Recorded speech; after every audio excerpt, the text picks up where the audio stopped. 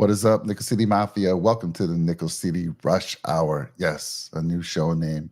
And, guys, I was just saying this pre-show. My heart's been broken by these Bills for 50 years since I can remember. And it doesn't get any easier. And I know for you guys, it doesn't get any easier as well. But I'm going to start with you, Jake. What went wrong? What went wrong, my friend? Just not capitalizing in clutch moments, missing a late field goal, obviously. Not going to pin everything on that. I mean, there was a lot of opportunities. It just, home run balls, not connecting on those. Defense, the guys that were healthy, not really showing up at all. It was just a lot of things that added up. The Chiefs getting chunk plays on nearly every offensive play they ran. And then finally, when the defense does come up with a stop, not being able to reciprocate offensively, special teams. I mean, there was no reason Sam Martin should have been punting the football today. It was bad. That was bad in itself. There's a lot. I think Josh played his ass off. I can say, Khalil Shakir caught everything thrown his way. The guy was unbelievable. I think if you're a pass catcher not named Shakir or Kincaid, you're really in jeopardy. I mean, I don't know what you can even do with Steph Diggs. I mean, he was, again, essentially a no-show tonight. Man, I just, God, it just kills me. I'm just so gutted right now. I'm trying to even spin some positivity, but it's really hard to do right now, Mike. Really hard to do. We'll have positivity for later. There's no reason for you to try to be positive next year. Right now. I'll say this. Look, I mean, we knew going into this week that our defense was beat up. We knew that our offense just might have to keep scoring points. And I don't know. I always say this: when you have the ball with a chance to take the lead and win the game at the end of a game, that's all you can ask for. And I think, that's what we would have asked for. They were even saying it. Most everyone thought that whoever got the ball last in this game, it would come down to that. And I know a lot of people might be mad at Sean McDermott. I don't know. Again, I knew the defense was beat up. I didn't have high expectations for them. And again, when you have the ball at the end of the game and that 3rd and 9, and why they would have kicked the field goal, look, I get it, but it's a 45-yarder. Bass had been slicing everything. There was definitely a win. You even saw in the extra point kicks, that ball was veering to the right. Yeah.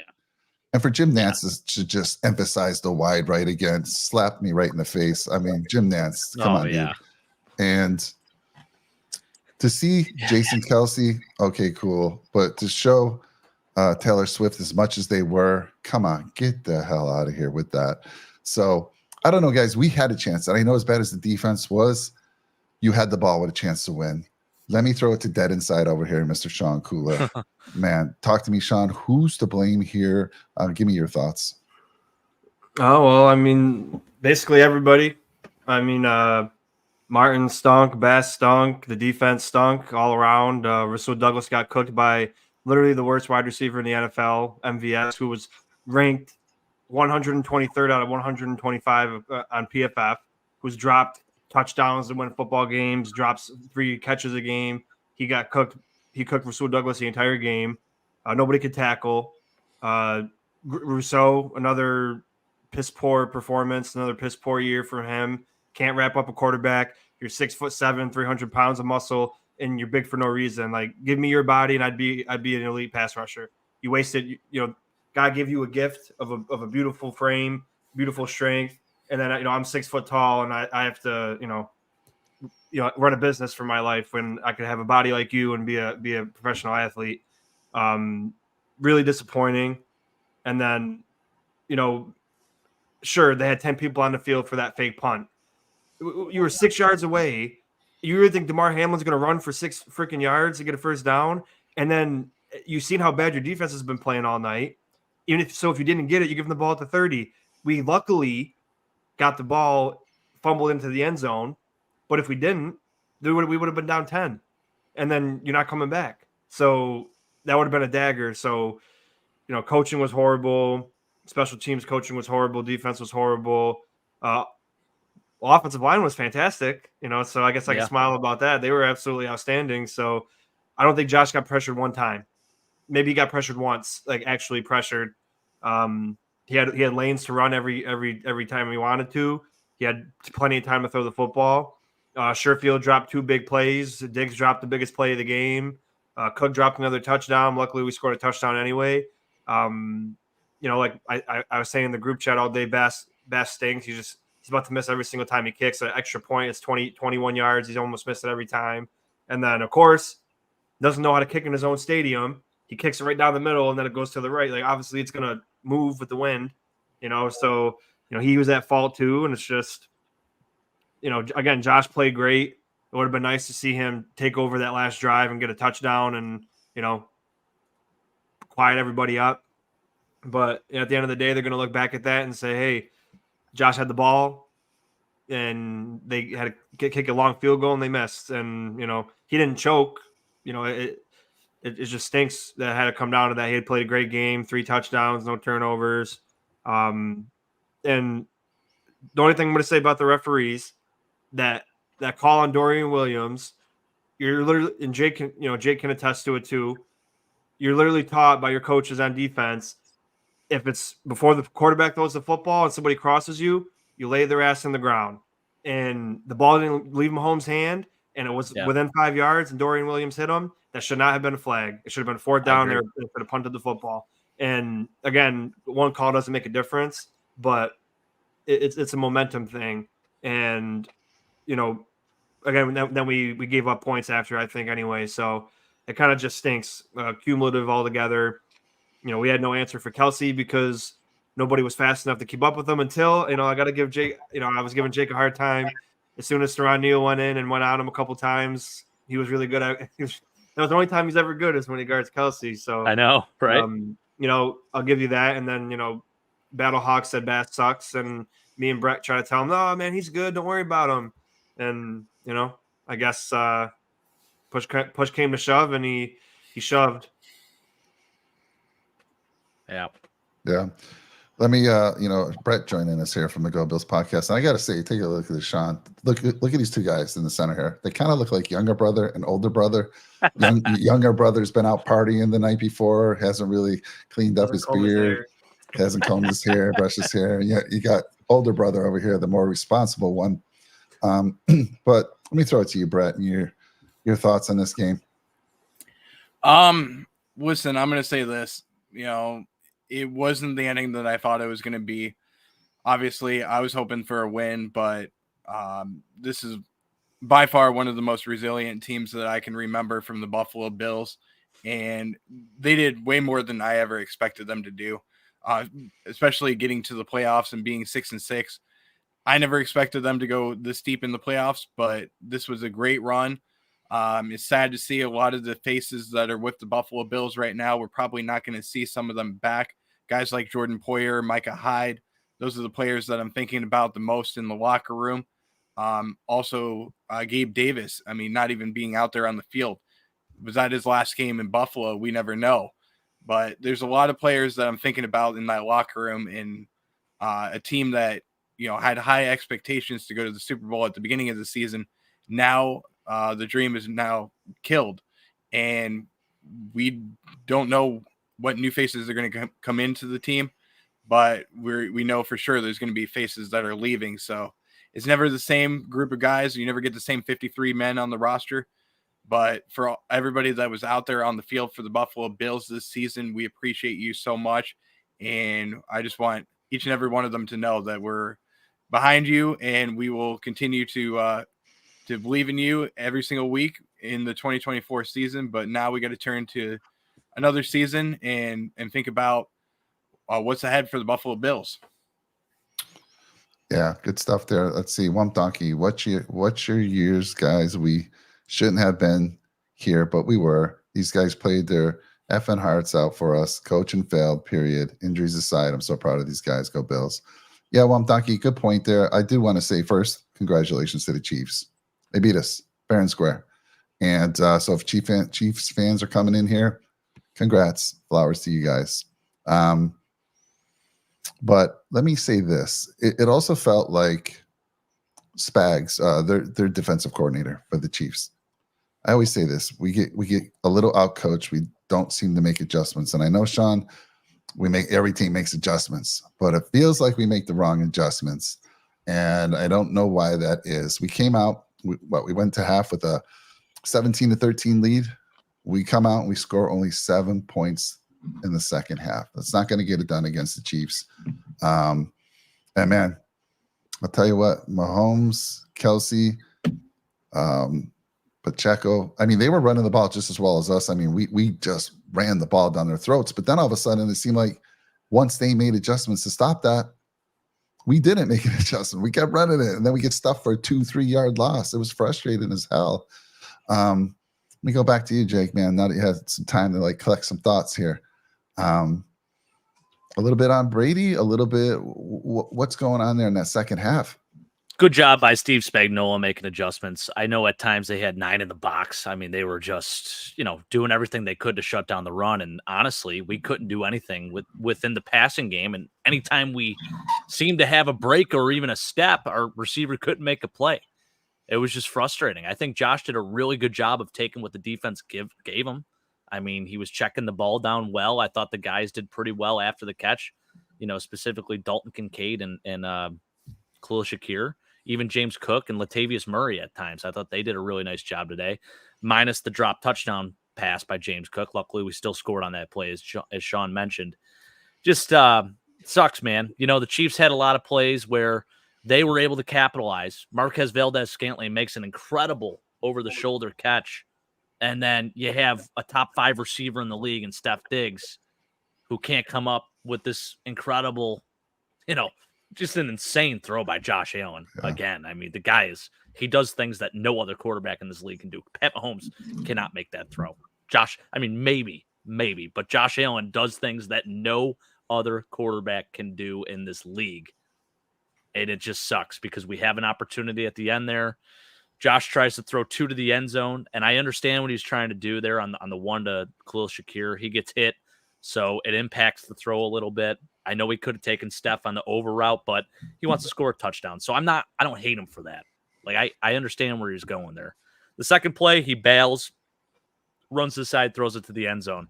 And unfortunately, what used to be a routine kick for Tyler Bass wasn't such a routine kick tonight. It kills. And as decimated as the defense was, Sean mentioned it, guys that should have been making plays were not. It's safe to say that Von Miller was our best edge rusher, pass rusher tonight. A guy that's been a no-show all year. So, and you got to give credit to the Chiefs. Isaiah Pacheco, that is one hell of a good young running back that they have in that kid. He is unbelievable. I will put this on Sean McDermott. Mike, I know you said you didn't want to put a ton of blame on him.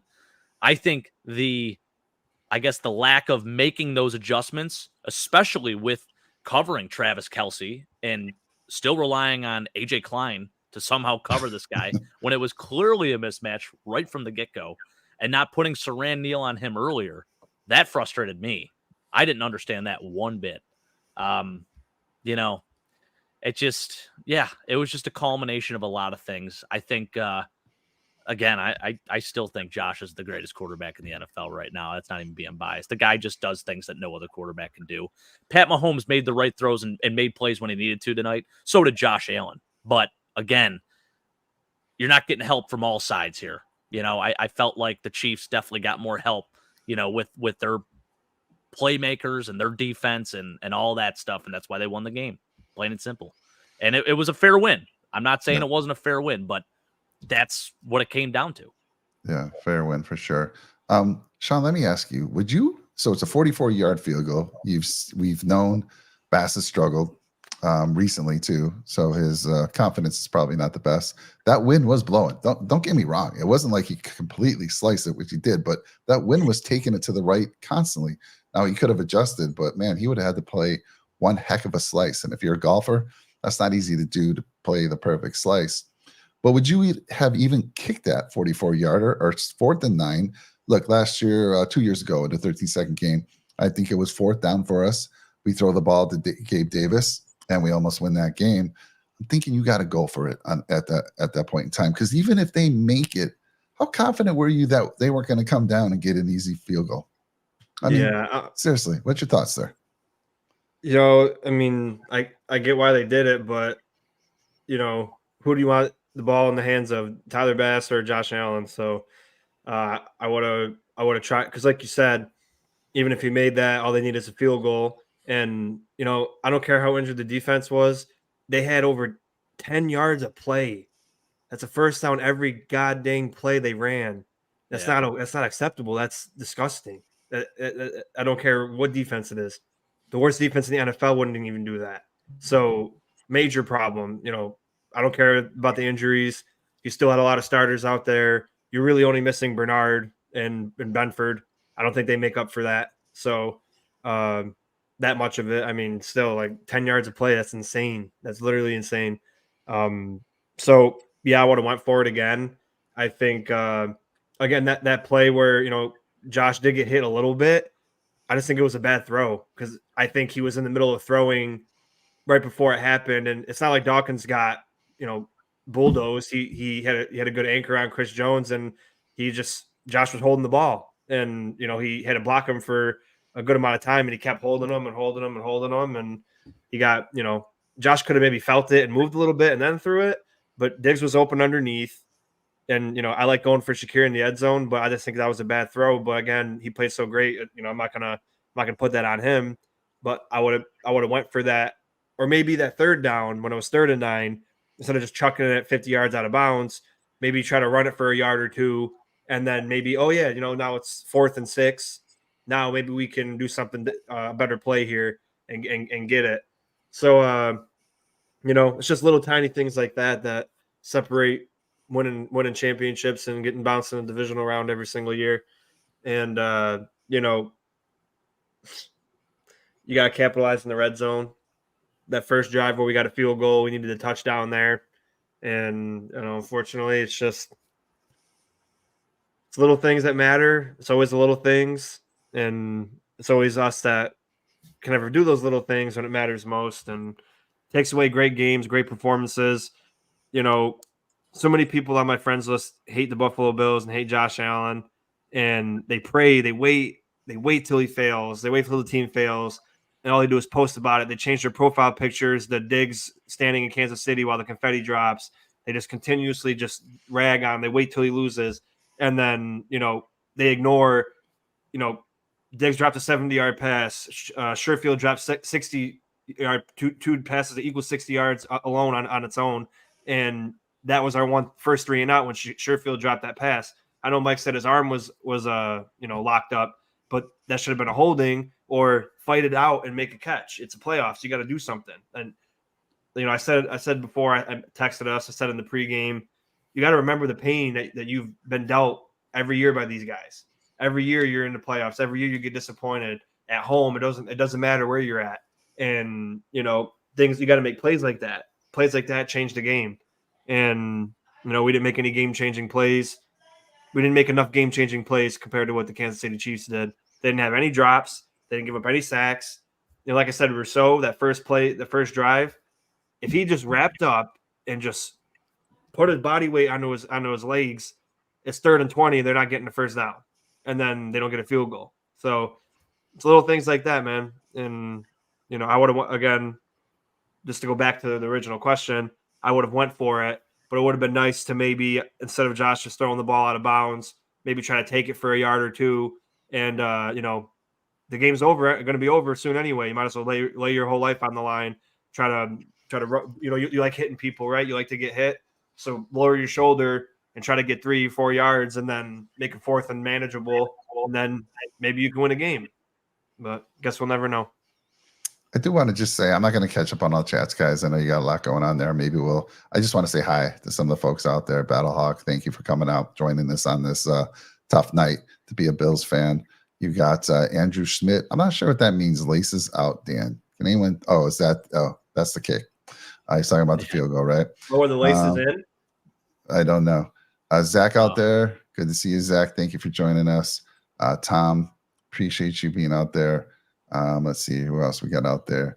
I'm just scrolling down, catching up with everybody. Jim Page, wide right. That's just cruel. Yeah, I didn't like how Jim Nance emphasized the wide right. You couldn't wait to say that. I know he was saving that up. You just could see it, or you could hear it in his voice. Oh, Wump Donkey. Good to see you as always. Thank you. Ty Dreek, that punk fake. So let me talk about that for a second. I'll throw it to you, Brett. Why? Well, first of all, let me catch up. And yeah, perfect. I'm glad you highlighted that. So hold on one sec. Nicholas, thank you for joining us. Nick, what's up? And let's see here. Did I catch up with Good to see everybody? you, My dad's out there, just sitting here listening. Nothing to say. Yeah, I know, Dad. Just same old, right? But yeah, Brett, let me throw this to you. Fake punt. Sean touched on it earlier in the show. You know, you got 4th and 5. You're at what, our 30-yard line, something like that. Something crazy. We're close. Even if they have 10 men on the field, what were they thinking, man? I don't know, man. I'm going to tell you this right now. The situation is not the best one to go for it in. You're at your own 30-yard line. You're giving Patrick Mahomes a short field. I felt like that was not the play to utilize there. You know, some type of fake punt maybe wouldn't have worked. But obviously we saw that in this game, Sam Martin was not the same punter that he was all year long. And he was obviously hurt. I mean, his hamstring is obviously bothering him. So I somewhat don't understand the play. I felt like that was very aggressive move. But hey, listen, if it works, you know, we would be talking the other way around saying that was the best play ever. It's one that we would, you know, we're happy for the Bills to call, but it just didn't work out in their favor. So, I mean, for me, I wouldn't have called it in that situation. I probably would have, if I wanted to go for it, I would have gone for it in that situation. But I think you have to play the field position there, and you have to pin the Kansas City Chiefs deep in their own territory. That would have been the best move to do. Jake, do you think that was called ahead of time? Because look, they're ready to, you know, punt. I mean, does someone really on the offensive side recognize there's only 10 people out there, and they're able to, like, guys, there's only 10 out there. Let's take advantage of that. You think that was called while they were getting ready? Do you? No, I do. Yeah. So typically you'll have one of your personal protectors. They count every single time, and they'll let you know. They give a signal right before the ball is snapped. Like, hey, we got 10 here. We got a lane. Maybe we can run the football. And right away, Drew Tranquil, he sniffed that out. He did a fantastic job. So shout out to him for making a play there. But, yeah, I mean, I think you just got to know situationally, even if you do have 10, 4th and 6 at your own 30. Yeah. I mean, that's just no, especially with the game on the line like that. We got lucky. We got lucky. Now, again, it was a wash because, you know, they fumble in the end zone. It's a touchback. The Bills get the ball. The problem is it just seems like whenever we catch a break or come up with a stop, it was never reciprocated. And I don't put that like, you know, it just you needed to play a complete perfect game almost today. They kept talking about the margin of error. The Chiefs came to play. They played a very, very, very sound game of football, and they came up in clutch moments and made the plays. And they were getting chunk plays. Again, I mean, almost 10 yards of play. It's ridiculous. I mean, that's special. They are doing things. You look at the plays ran, the time of possession, you'd think immediately, if you didn't see the score or anything else, the Bills should have freaking dominated this game. And we were having our way, I think, offensively with them. We were running the football. I thought the game plan was good. But, yeah, just going back to the punt, yeah, you can't run that. You can't do that there. Just I'm stuck on that because I'm thinking to myself, I don't care who I am. If I'm the guy counting and I realize there's 10, who's giving me the right to say, you know, make an audible? Like, I don't even know how they would signal that, right? And I'm just like, who gave that guy the right? And there's no one when they're in the huddle getting ready to punt. No one has a helmet with a mic in, right? They can't, or speaker. They can't communicate down, can they? I don't think so. Not on punt. But I mean, it's just a strange one. I'd be like McDermott or someone says, hey, if you ever see 10 men on the other side, go ahead and call the fake punt. I don't think so. So on 4th and short, it's absolutely a call. I think if it's 4th and 2 there, yeah, okay, maybe, you know? but still at our own 36. Yeah. That was really, it was just because when you really think about it, sure, there's 10 men on defense, but your punter's an 11th guy. So you're still 10 on 10. and you're running up the damn middle anyway. So you're running through 10 people with 9. So it's just, and again, it worked out for us in the end. But maybe if we punted it, maybe we would have got better field or forced a turnover, which again probably wouldn't have done because we didn't do anything. It's just. I even posted it. I said, "Great job, McDermott. You lost us the game." I just had that feeling, and then everyone's like, "No, dude, it's gonna get. The defense is gonna step up." And I was like, "Okay, well." All my friends were messaging me because they all wanted. Some of my friends wanted the Bills to win. A lot of people don't, but they're just saying, "Yeah, they're gonna step up," and then they did, and then it's like, "Okay, now let's see." And then we didn't do nothing. One thing I didn't like, and I don't know if I'm not gonna say it's Josh or not, but even the broadcast mentioned it. There was 9 men in the box, and they chose to run the ball. Why? Josh should be able to see, hey, there's 9 men in the box. Let's audible to a pass play. Let's go to a short pass. Or if you're Brady, maybe not run on first down every time after you know that they made adjustments on defense. And, it's just, again, those little things that matter. And, instead of going, you start in second and 13, instead of, maybe throwing a pass and getting a couple yards, and now you're starting an obvious passing downs, Yeah. Jorge, I mean, I don't know. That's a little bit of a stretch to me. Shakir, let me just say this. 3 elite receptions. I mean, I think they threw him, 9 times? Let me give you the stats on Khalil. I mean, what did he catch? 6? Caught 7. 7. Yeah, so he threw him the ball 9 times, Wow. 7 receptions. None of those missed targets or those receptions were on him. He made 3 elite pass receptions. They were phenomenal. Yeah. Josh threw that one in the end zone to him. Fantastic. There was another one. The guy was making just like Josh was throwing off the mark on a quick screen to him. He had the twist to make that grab. Khalil Shakir was fantastic. So I wouldn't even mention his name as any part of the problem in this game whatsoever. Because that young kid, I'll tell you what, if you want to look at a positive, this is his 2nd year. I can't wait to see what he does next year. He's finally going to get that ability to be, a true number 2 for sure. A slot receiver, if we happen to pick somebody up, maybe in free agency. And I know people were saying we need wide receivers. We have a couple decent wide receivers on our practice squad and on our active roster. Justin Shorter. And do we still have, what's his name? Tom from San Diego. What was that tall receiver, Jake? I think we had Tyrell Shavers. Oh, Tyrell Shavers. We still have Shavers, I believe, on our practice squad. Tall guy. He is. And then PJ Hamler, Sean's favorite addition to a futures contract. So we did just sign in. It's just another short guy, man. I get it. Penn State guy, which I do love. But at this point, it doesn't matter who we bring in. If I'm being fair, like I said to Brett too, he's like, "Oh, I'm going to talk free agency next week." It doesn't really matter who we draft, who we bring in for free agency. It's going to be the same damn thing. Josh has never lost a regular season game without, with having 0 turnovers. And then he's lost 2 playoff games with 0 turnovers. And it doesn't matter how good he plays. Doesn't matter how good our offensive line plays.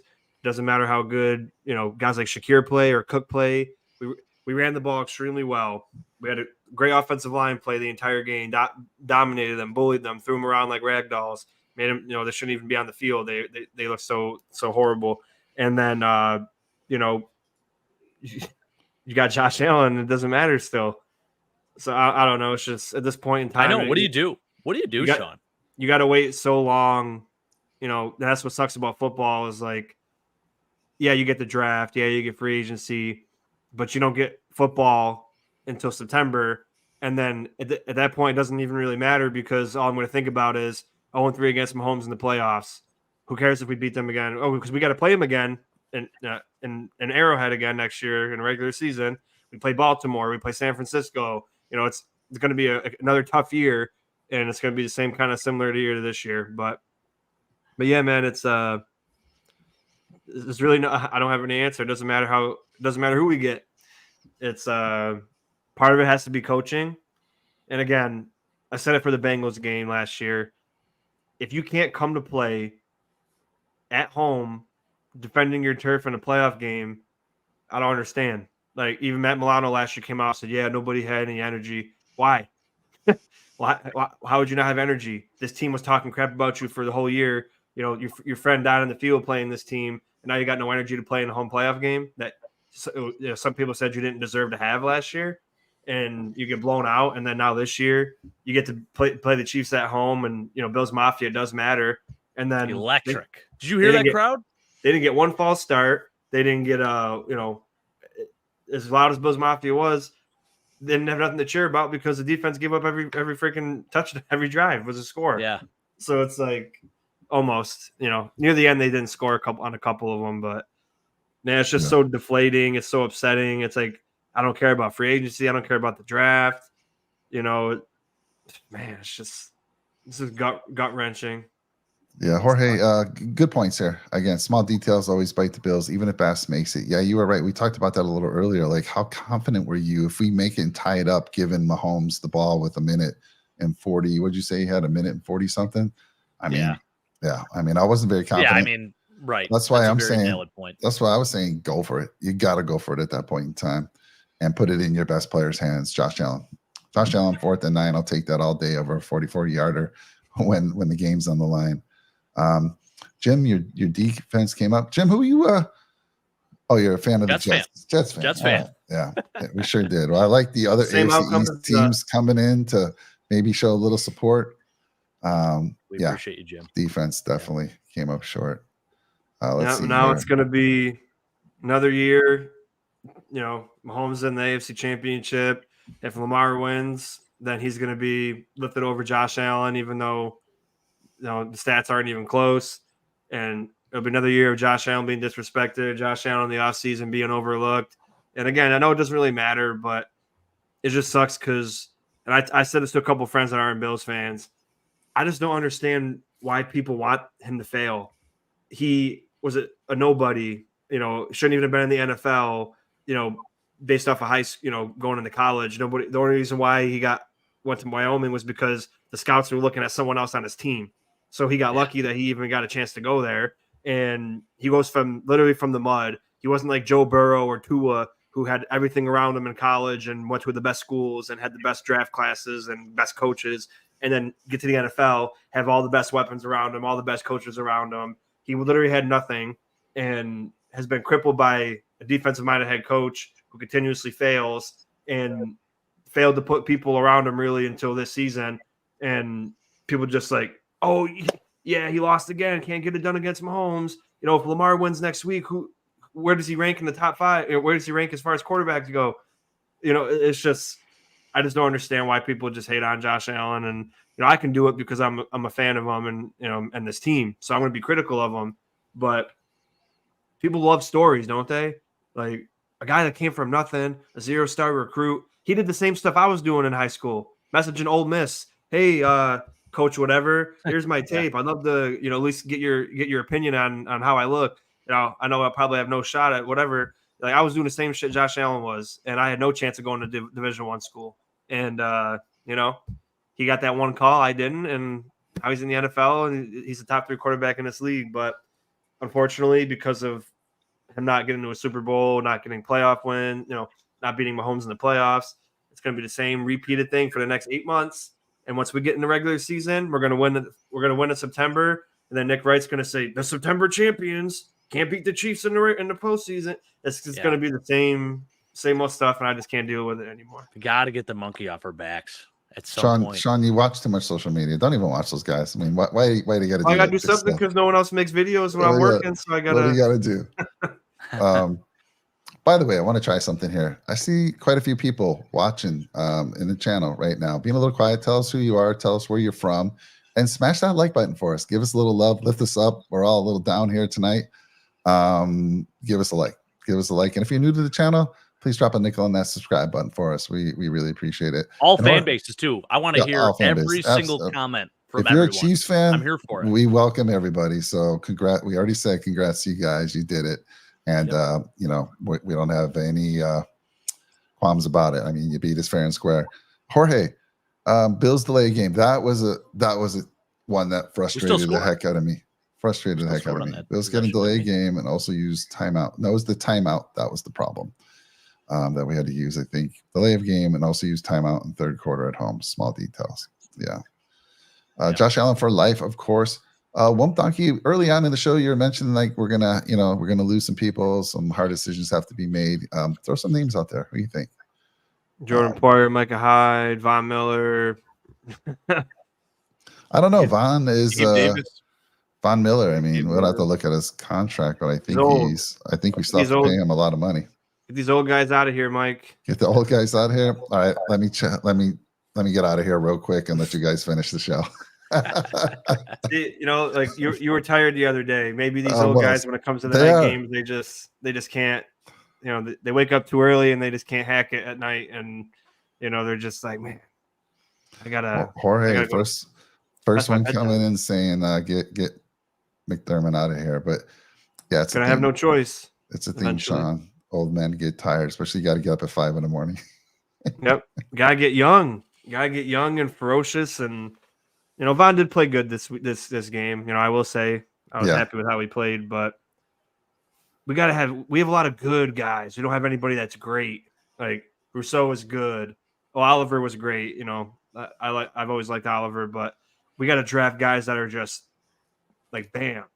Like look at the Lions: Jahmyr Gibbs, Sam Laporta, Jack Campbell. You know, that guy from Alabama, Branch, the safety, all play significant reps for their team, and they're in an NFC Championship game. And you know, Greg Rousseau, I just can't believe it. Like, can you imagine being that big and athletic, and just a specimen of a human, and you can't even wrap up a puny little Mahomes who looks like a softball coach, a lady softball coach, but not, you know, man, it's just. Wow, that's not fair. Come on, Mahomes he's an escape artist as well. Come on. Yeah, just if I'm Rousseau, he put Rousseau on skates. Yeah. If I'm a guy like Rousseau, I'm doing that. I'm doing the dirtiest ways possible to get people down. I'm dead weighting myself. I'm falling on top of your ankles to make sure you can't move. It's football, baby. You gotta get down and dirty. You know, like Tom Brady said, everyone's soft nowadays. Everyone wants to be friends and buddy. Like Tua, he got his doors blown off and goes, hey Pat, can I get your jersey, bro? No, get out. I would have said no, get out of here and spit at him. Like that's not how we do this. You're my enemy, and now everyone's buddy, and they're smiling after they get blown out. Like CJ Stroud and Schultz, they lost to the Ravens, and they're on the sideline laughing. Like I was crying when I lost my last football game. You know, like I never was gonna play football again. I'm crying my eyes out, and then these guys are laughing. It's just different animal. Brady said you got to be an enemy on the field. Like I didn't care about nobody. He said I don't want to shake hands. You know, I wasn't laughing with nobody. I was just in their face, talking, yelling, whatever. And you know, everybody's just like, oh, you know, I don't want to hit him too hard. Like, I want to say this. So I mean, it was a huge missing Bernard. The guy had been able to play all year. And of course, you know, one biggest game of the year where we didn't have him. But Jake, I'll say this: I know you've convinced me that the smaller linebackers are good. And Dotson, you know, it's a new game these days because it's a passing league, and you want those smaller guys that can cover. But I'll tell you, man, Dotson, kudos to the kid. I mean, he came in, nobody wanted him preseason, everyone wanted him out, and now we were just hoping and praying that he could play, and he made some nice plays. But there's times, Jake, I miss those big physical linebackers, especially when you're getting whooped on the run. I want those bigger guys being able to come up and help stop that. It just seemed like, you know, and the front, the interior, what was going on with those guys? What was happening? Yeah, Creed Humphrey and Trey Smith had their way with our interior guys a little bit. Now I will say, you know, I felt like, you know, even when. Yeah. I mean, really, when Pat Mahomes had to extend plays, and he did, guys just they were not getting there, plain and simple. Yeah, it's frustrating, man. They had no answers, plain and simple. I think you got to give a shout out to the Chiefs O-line. Look at my cat back there. I'm watching the camera, trying to focus, and she's distracting me right now. No, I think you got to give them some credit. I think they did a really nice job today. You know, I know that a goal of theirs was to get the ball out quickly too, but there were situations where they where Pat Mahomes did hold on to the ball for a little bit, and he was able to evade, and he had enough time to make a play. And yeah, I mean, there was just a lack of penetration across the board. So not great. Yeah, let me just say hi to some folks that came in and said where they're from. So we got Ryan Ray, South Florida, and I hate the Dolphins. So good to see a Bills fan. Another one, Brett's out there in Florida. Maybe you guys should connect and see if you can go to a Bills place next year to kind of meet up and watch a game together. Definitely, yeah. And then Ryan, let us know where you're from in Florida. What part of Florida? He says South Florida. Are you in South Well, Florida? he's a Pats fan. He's a Pats fan. I don't know if you guys caught that. Yeah, no, he I did didn't catch say, that. Check this out. He did have to put this in the chat. Oh, he might He's just not wrong. I don't know. Let us know, Ryan. Are you a Pats fan? Well, appreciate you. Again, I see some AFC East folks out here coming in to kind of feels like they're supporting. They're not trolling, so I appreciate it. We're okay with the trolls too. If we lost, we lost. If you're a Chiefs fan. Bills fan on Long Island, what's the possibility that there's another sour taste in Diggs' mouth, especially the lack of yards in this game and being open late in the game? That's other than that one play, I think you got to tell him, dude, you dropped at least was the one big one. I think he had a second drop as well, maybe. Yeah. But that big one was huge. That's something. I mean, we always say this, guys. Like, you know, I know, Sean, you're less to say this, but we always say, hey, I'd love to throw 50-50 balls up to our star receiver and see him come down with it, because most of the time he's going to be able to. And that wasn't really even a 50-50 ball, guys. That was right in his hands. It was 100-0. I mean, come on, right? And he just missed it. Come on now. So what do you think? I don't think so. Anthony, any of you guys have anything to say about this? Yeah, no, there's no reason that he should be angry at Josh or anyone but himself. I mean, on that last play, sure, he was open, but I think one of those two plays, Josh could have maybe ran the football, put us in a better situation instead of 4th and long, and then making it a lot more logical to then go for it, right? Because 4th and 9, I get why you kicked the field goal there. You know, I there's no reason that he should be upset in any way, shape, or form. This is just as much on him as it is anyone else. The pass catchers today, not named Khalil Shakir and Dalton Kincaid, had a horrendous game, plain and simple. Yeah. Bad game. Got some Chiefs fans coming out there. Appreciate it. Asking for a friend. Casey fan here. Josh is a beast. Casey knows this. And we know Pat Mahomes is a beast as well. Who else we got there? Someone else came in. Casey fan here. Trevino said could have gone either way. Good game. Heads up. Yeah. Heads up for sure. Respect. So yes. Yeah, very much so. Yeah. Scott, until we have a legit number 2, opponents are going to take away Diggs. Bills for life, Southern Cal. All right, we got to talk AC Columns. I'm out here. You know, I grew up in Buffalo, but life took me out to Southern Cal. Temecula, San Diego. I work in San Diego. Tell me where you're from. Love to meet another Bills Mafia member. And what do we got here? A lot of people coming for therapy tonight. I love it. We score at 155. We aren't stopping KC. Exactly, Scott. We said that multiple times. I'm not kicking that field goal. I'm going for it. In the 13-second game, remember that? It was down to 4th and 9. Josh Allen's from a beautiful play for a touchdown to Gabe Davis. I'm putting it in the hands of our guy, Josh Allen. Yeah. Fourth and 9, you got to do that. You can't kick a 44-yarder. Bassett, you could see it. You could predict it. Everything was going right. It was slicing right. And again, it went right. And it did look a little bit like Scott Norwood's wide right. I will say that. I would have preferred to lose on defense anyway if we were going to lose, because at least we could have said the offense stepped up and scored when they needed to, and the defense that sucked the entire night lost us the game. And then it's just the defense sucks, and you know, we're sitting here and you know, Josh got it done again, and then the defense just failed, and now it's just, well, we didn't get the field goal. And we don't know, because maybe we wouldn't have stopped the Chiefs, but maybe the Chiefs would have stopped the Chiefs on that drive, and they would have went to overtime, and maybe could have won the game. But again, we'll never know. Yeah. Question is, whose job's in jeopardy after this loss? Is Sean McDermott, is he safe? No. Yeah, well, of course. He'll stay. He shouldn't be, but the special teams coach needs to get fired 6 weeks ago. Matthew Smiley. He needs to go. McDermott won't go. And it's not that I hate McDermott. It's just if you can't get it done, you can't get it done. You know, you're going to have Marv Lewis, except for we win playoff games. You know, did Joe Brady do enough to retain the offensive coordinator position in your eyes? Yeah, I mean, why not get a full year chance? But he'll probably go take a head coaching job, and then it's just. And I said this in the preseason. You guys remember? You might remember. For a team that was supposed to be in a Super Bowl window, getting 15 new coaches every year isn't good. No, all your coaches leave to take lateral positions, and then you're supposed to be trying to win a Super Bowl. Then you got brand new coach. Like, look at the Eagles. They went from having the best defense in the world, the best offense in the world. Their offensive coordinator left, their defensive coordinator left, and then they were the worst defense in the NFL.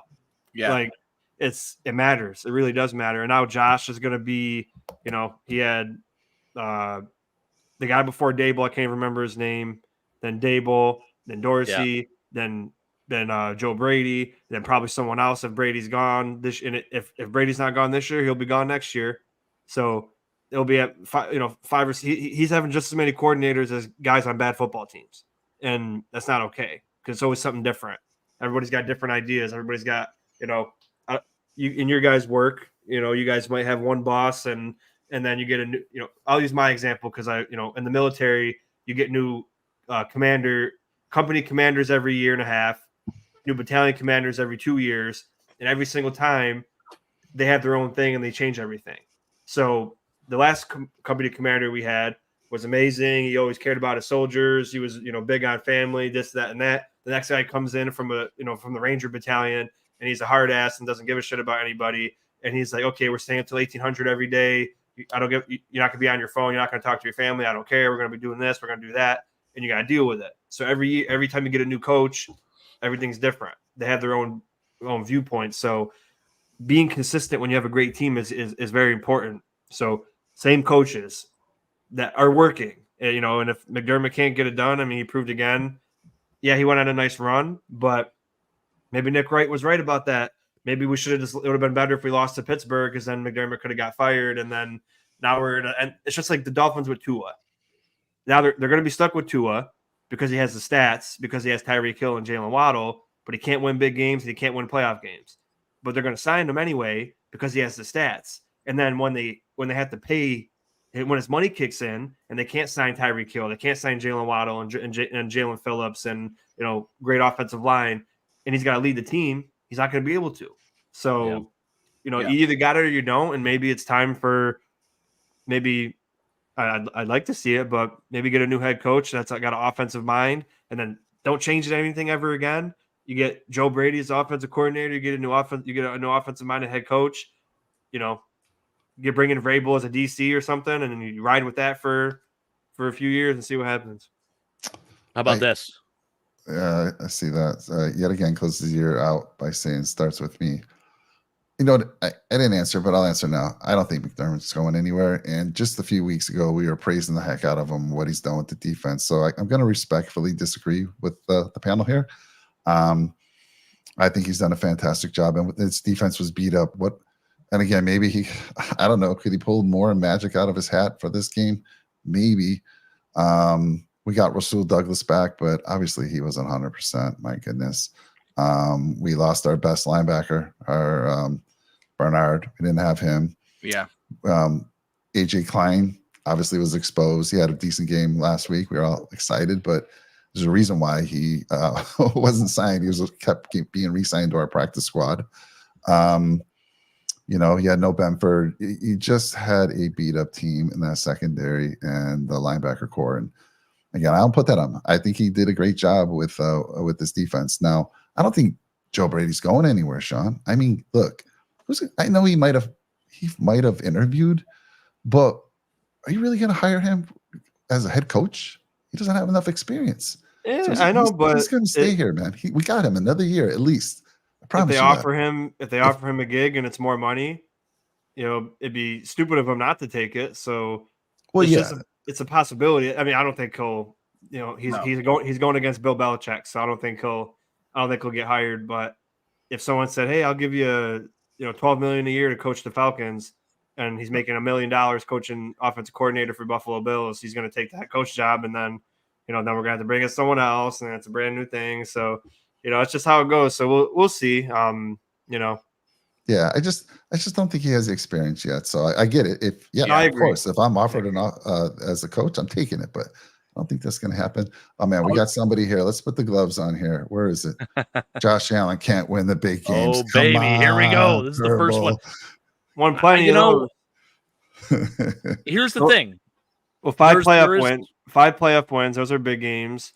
We beat Kansas City 3 times in a row in Kansas City. Those are big games. Beat the Dolphins, 12 out of 13 times. Those are big games. And he wins big games. Beat the Ravens twice out of 3. Once in the playoffs. Once, we were down 20-3. So he wins big games, but he lost a big game today too. I mean, so it is what it is. Yeah, and everyone's going to keep saying that until we get the monkey off our back with the Chiefs. Right. Sorry, Brett, to cut you off. Go ahead, sir. No worries. No, I'm going to say this. If you look at this game against the Kansas City Chiefs and you look at all the injuries that we had, number one, I mean, you talk about Christian Benford, Trey White, Matt Milano, even Tyrell Dodson, who wasn't healthy after the injury again in this game, Rasul Douglas, all these different injuries that we had, and then you add in Gabe Davis on offense and Khalil Shakir getting injured in the game. There's plenty of injuries that happen.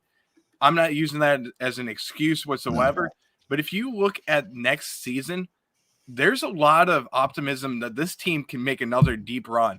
And we're just a couple plug-and-play pieces away. I mean, this is just like a puzzle here that we can really figure out. And I'm excited because, number one, you have Joe Brady, and his offensive play calling has been very good.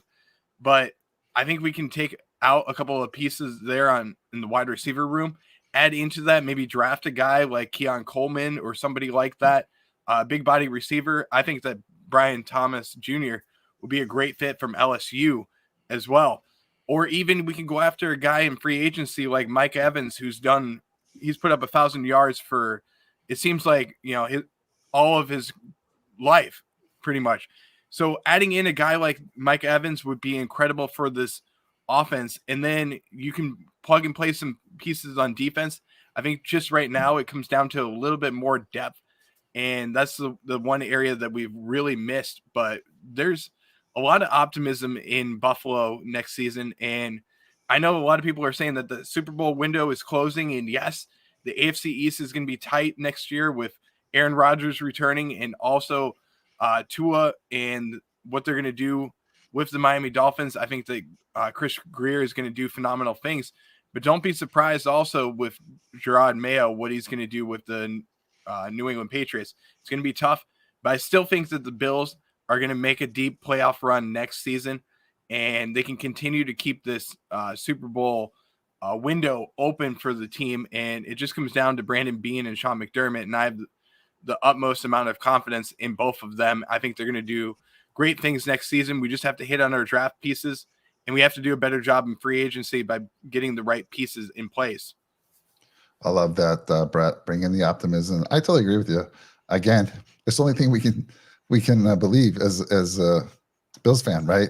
Next year, there's always next year, and I agree. I feel like this team, when you got JA-17, you're going to be competitive for years to come, and it's just a matter of plugging in the right pieces here. Pioneer, where are you from? He says, hi to y'all. Take a seat next to us if you like. Whose team you repping there, sir? And let's go to Zach. Zach's out here for a long time. I feel like I got to bring up one of his comments because he's working hard to get put up on the big screen here. So here we go, Zach. Kneeling out regulation in the Eagles game was the final straw for me. The man is a great coordinator, but there are plenty of examples that great coordinators don't always make great head coaches. Yeah, that's a fair statement. Yeah, I think you go to a lot of big situational things, right? And I think that's the gripe that a lot of people have. The fact that we also, we're right back where we were last year. We lose in the divisional round last year. The year before that, we were in the AFC Championship. Divisional prior to that, right? So it's been 3 straight years of losing in the divisional round. Year before that was the AFC Championship. So it's almost like we're going backwards. When you have this window where you have the most freakish, most physically gifted quarterback we've seen, definitely that we've ever seen in our franchise's history, but maybe in recent memory in the NFL.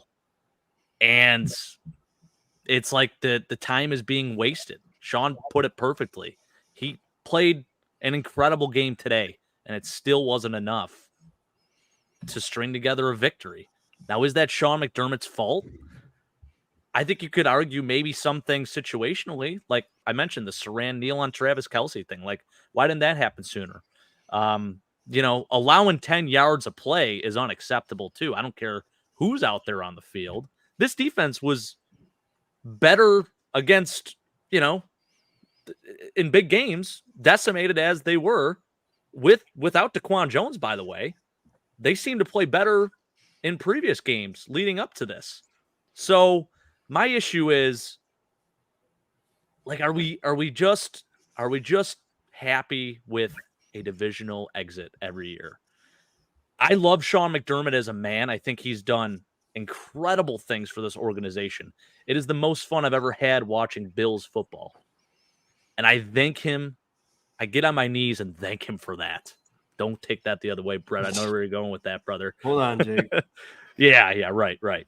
But, it's just, I understand where Zach's coming from, because it's like, hey, can we go? Andy Reid went to 4 straight NFC championships, and they got fired. And now, obviously, he's in a better situation in KC. But, God, I mean, what do you do here? And it's hard for me to come to terms with, too, because I want to win a Super Bowl with Sean McDermott. I want that guy to be our head coach. But when is this enough? Can you think of a coach recently or in years past that's been in the playoffs since 2019? So what is that? 4 years? 5 years? How many years in a row? And been in the playoffs, been in a AFC championship game. Yes, gotten beat in the divisional rounds, that got fired the next year. I mean, I'm sure it's happened. But I don't know, man. I don't know. And I've been wrong. Heck, who knows? Maybe they would. Now, if they fire McDermott, does Bean go along with them? Do they fire the pair of them? Well, that's the thing. Yeah. That's the thing. Well, I mean, technically they're both bear somewhat responsibility, Bean drafting, McDermott drafting, free agents, and if things don't work out, again, they made a lot of great things happen, but it's more of just, again, you got it or you don't, man. You can't just wait around for 15 years and then it's like, oh, we're year 15. We got to one Super Bowl, didn't win it. Like you got to make a choice. And, sometimes choices are hard. Like look at Andy Reid, for example. Andy Reid got fired in Philadelphia because he couldn't win. And then he goes to KC and he wins. Doesn't mean he was a bad coach. It's just, it didn't fit. The team didn't win with them. Then they were successful, of course, but they made the choice of, hey, it wasn't going to work out with us and Reed, and then the Eagles ended up winning the Super Bowl without him, and then now Reed's got 3 and 6 AFC championships in a row, and probably going to go to the Super Bowl again, probably going to win it again, but it's just how it is. So maybe, as much as we like McDermott and the Pagulas like McDermott and Bean got his job because of McDermott, you got to make a decision eventually. And as Jake said, sure, it's nice to win divisions and win a wild card round, but when it comes down to, you can't win the divisional round except when you play Baltimore. You can't beat KC. You can't beat the Bengals. It's just, sometimes you got to part ways. And again, we draft decent, but we don't draft great players in the first couple rounds. We draft good ones, nobody great. Got to have game changers. Got to have guys like the Laportas and the Justin Jeffersons and the other guys that there's a million people you could talk about that got drafted early that turned out to be fantastic, and weren't. I mean, Kincaid was great. Kincaid was great this year, but you got to have your first round pick has to hit. You got to hit on these guys early. You got to make a great choice. Can't be every year. Yeah. Our first and second round pick hit this year. Oh, yeah. This year they were good. I mean, you talked about Reed. So Reed coached for Philly for 14 years. And in his last 2 years, there was a steady decline. They went from 10-6, 8-8, 4-12, finally out the door. Yeah. We haven't seen that decline here. So yes, we've been exiting the playoffs, but my rebuttal is we're still playing at a high level, and I don't know. I'm not ready to just throw him out the door or even Bean, because I do, like Brett, I kind of agree. There's just a few pieces, and I know here's Zach. I'm going to bring you up, Zach. A couple plug and play pieces away. You have been using that more times than I can count over the McDermott tenure, and here we are again. So Zach, I get it. You're for hitting the eject button and moving on, and I hear a lot of that. I know a lot of people are saying that right now. Who's that? I want to go back here real quick. Where is he? Who is Red Nation? Is that the Chiefs? I would assume so. Where'd he go? Where'd he go? Yeah, I think it was. Where is he? So I see him.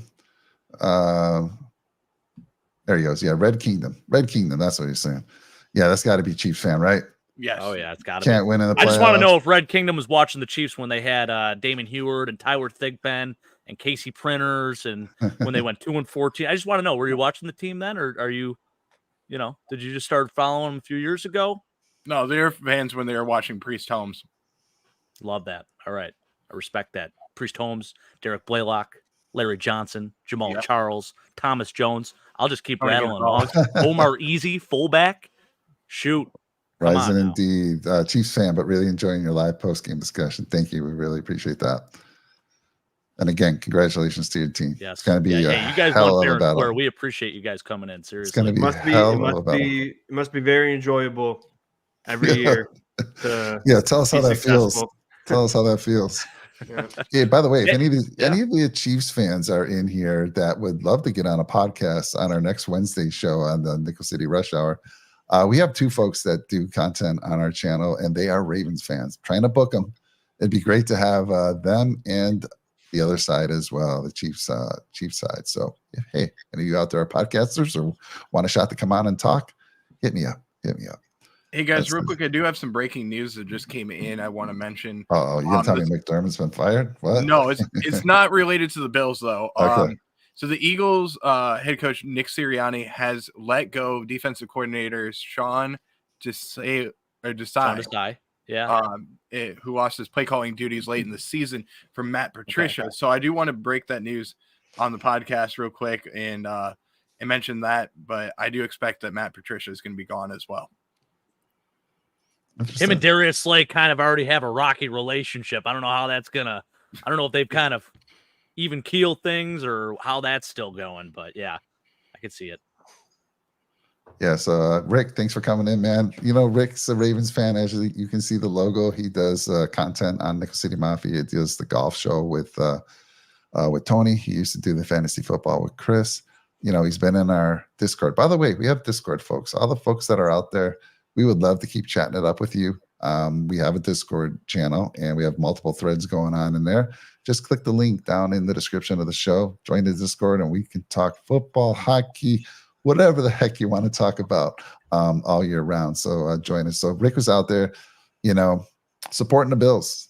He really was pulling for us, and appreciate that, Rick. And I hope to book you and Chris. I think I sent the message. I'm not sure if you're available Wednesday. Would love to have you on there, and maybe we can find a KC rep as well to kind of talk about the big AFC Championship game. Think about this. Yeah.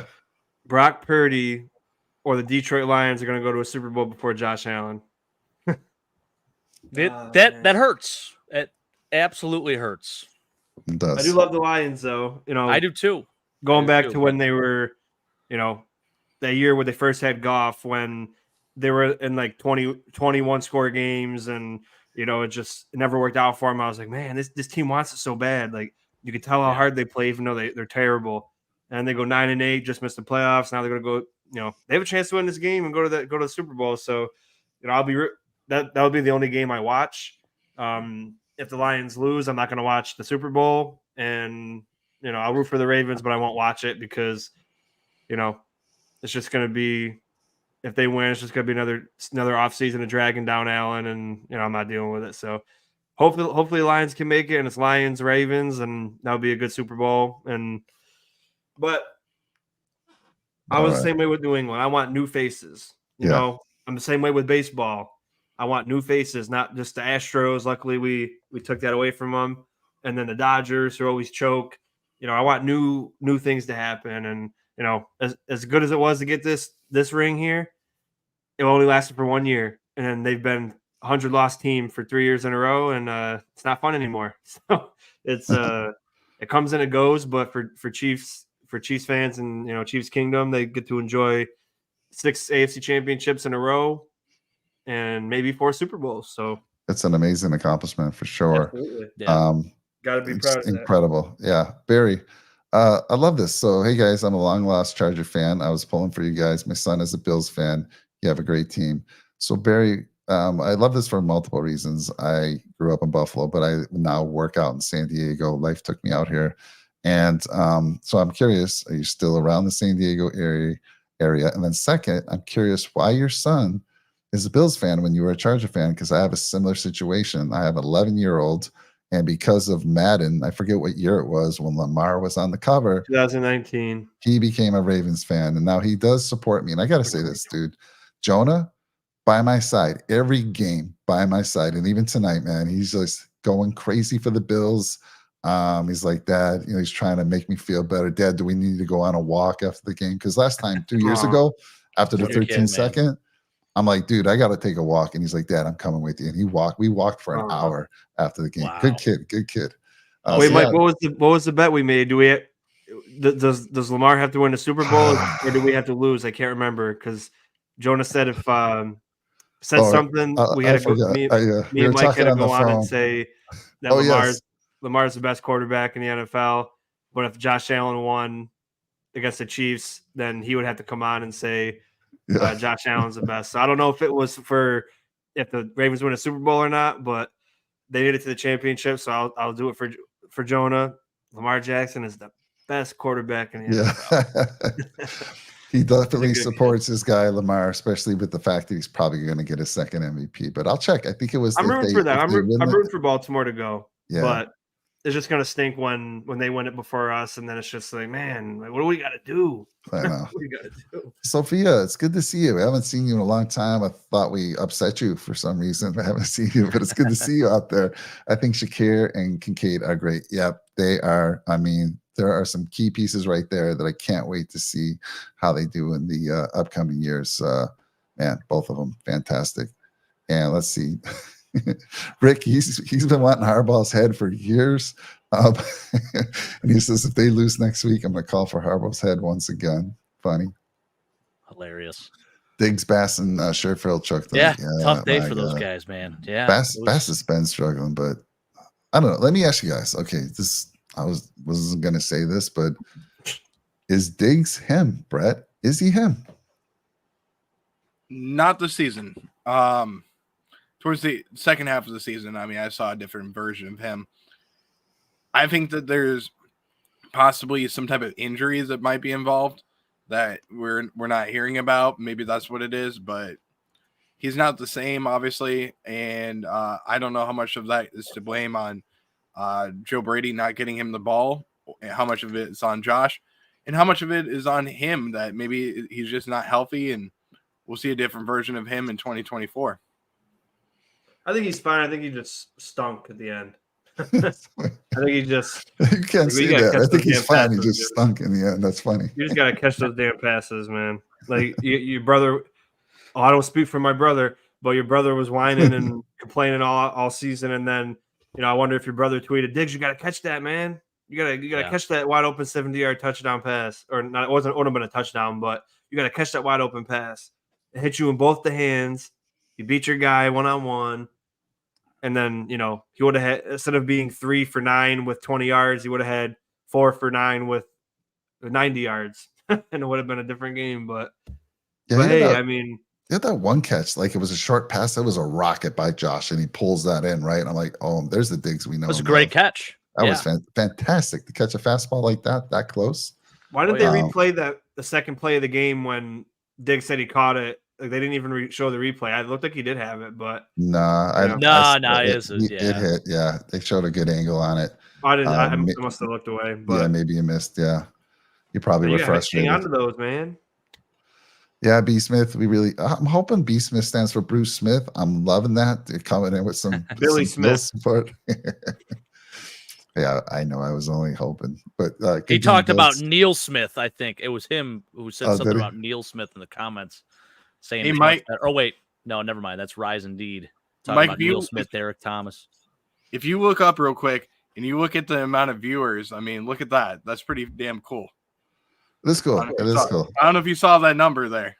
Yeah, I've seen that number, and it's always sad. It's usually on a game like this where always a loss. It's always a loss. But it wasn't even that. It was sitting at 78, and you're talking about Bruce Smith. I mean, that's what it was. It was sitting at 78. I was like, damn, I got to cut Jake off real quick. I mean, it was pretty damn cool. Then it went down to Ryan Vandermark, and I'm not happy with that number. So B Smith says, I've been a fan since '89. Rough time during those years. And he's saying, Riku, they're knocking you out as well. So B Smith, hey, are you brave enough to get on a podcast on Wednesday and talk to the Ravens guys? Let me know, man. Like I said, what a year. I'm very proud of this team. One donkey. I mean, let's look at some positives. 6-6. Again, you can look at that as a negative because this team should have not have been 6-6, right? Should not have been 6-6. Should have been. Look at that as negative. But when everyone was counting them out, they turned it around and went on a great winning streak, and would get the job done. And just again fell a game short to arguably the best quarterback of this generation. I mean, can't argue with that, right? And we had a chance to argue it. We had a chance with the ball. Now there's no chance with the ball in our hand. You always want that ball in your hand with the chance to win. Love the Lions. Somebody that doesn't win needs to give their fan base some happiness. Yeah, I agree. Yeah. I agree. Well, if history repeats itself, they won't either. So it'll be another heartbroken franchise. Yeah, I see I don't know. I think the Niners are beatable. This is going to be a great game. I'm looking forward to this game. They're a dome team, but they're going to SoCal, and weather should be pretty good. So weather won't affect them, and got some players there, right, Jake? Oh, they definitely do. I mean, the Lions are no team to sleep on. I can tell you that for free. You saw today just the amount of young weapons that they have, too. I mean, they're talking besides Amon-Ra St. Brown, they got two really good running backs in Jahmyr Gibbs, David Montgomery. They have Josh Reynolds. They have Sam Laporta. They have Brock Wright as their backup tight end, who's a grinder, just a touchdown machine. They got Penei Sewell. They got Taylor Decker. I mean, Frank Ragnow leading the charge up front. I mean, that team, they're loaded offensively and then defensively, too. We talked about some of the young talent they have there, too. Aiden Hutchinson, Brian Branch. That's a good team. That's a really, really good team. So do not sleep on the Lions. MCDC has that team playing above their means, and I love it. Let's see here. So Ryzen D says, if you really want to know, it feels great. Much better than the years when we couldn't win in the playoffs or win big games. Neil Smith, Derek Thomas, Joe Montana. Not from Sodam says, Josh Allen, terrible throws in the last series. I didn't see that. Did I miss something? I mean, you talk about the one throw. Maybe he could have checked it down to Steph, right? But I understood he was trying to do. Yeah, you're trying to throw it to the end zone to Khalil Shakir. If he doesn't get hit on that play, I think it's a touchdown. So, I understand it. And maybe the next play, instead of running out of bounds, maybe right away you just take it and try to gain a few yards and then go for it on fourth down. Try to kill some clock too while you're in the process of doing so. So maybe that's, you can argue one of those two plays that should have happened, but I don't hate that throw to the end zone as much as a lot of other people do. No, I don't either. I mean, Barry, so you're now in Vegas. That's pretty cool. So you would have been there for your son in Vegas and not necessarily going to the game because those ticket prices would have been insane, but just to be in that area during a Super Bowl would be so amazing. And then take your pills. Yeah, if you got something to share, I would love to take a pill, which would stop the hurt. So how about those Chiefs? Yeah. Kudos to you guys, man. Kudos. It's always, I'll say this. You got to admit, it's always drama. It's always a Oh, it's one-score a game, good or game, it's always man. down to the wire. You can make a 30 for 30 on the Bills-Chiefs series. It really is. It's like a new version of the Manning-Brady rivalry. It's kind of cool. And listen, I know Brady got the better of Manning for a lot of years, but our time is coming. One of these years, it's going to happen. Yeah, I feel like the Cowboys 2.0. Yeah, to some degree. But they at I don't least know have how some, many years we they have got some left Super in life, Bowls. man. Yeah. I know it. I You know. never The curse know. It is could be, real. There could we be go. tomorrow.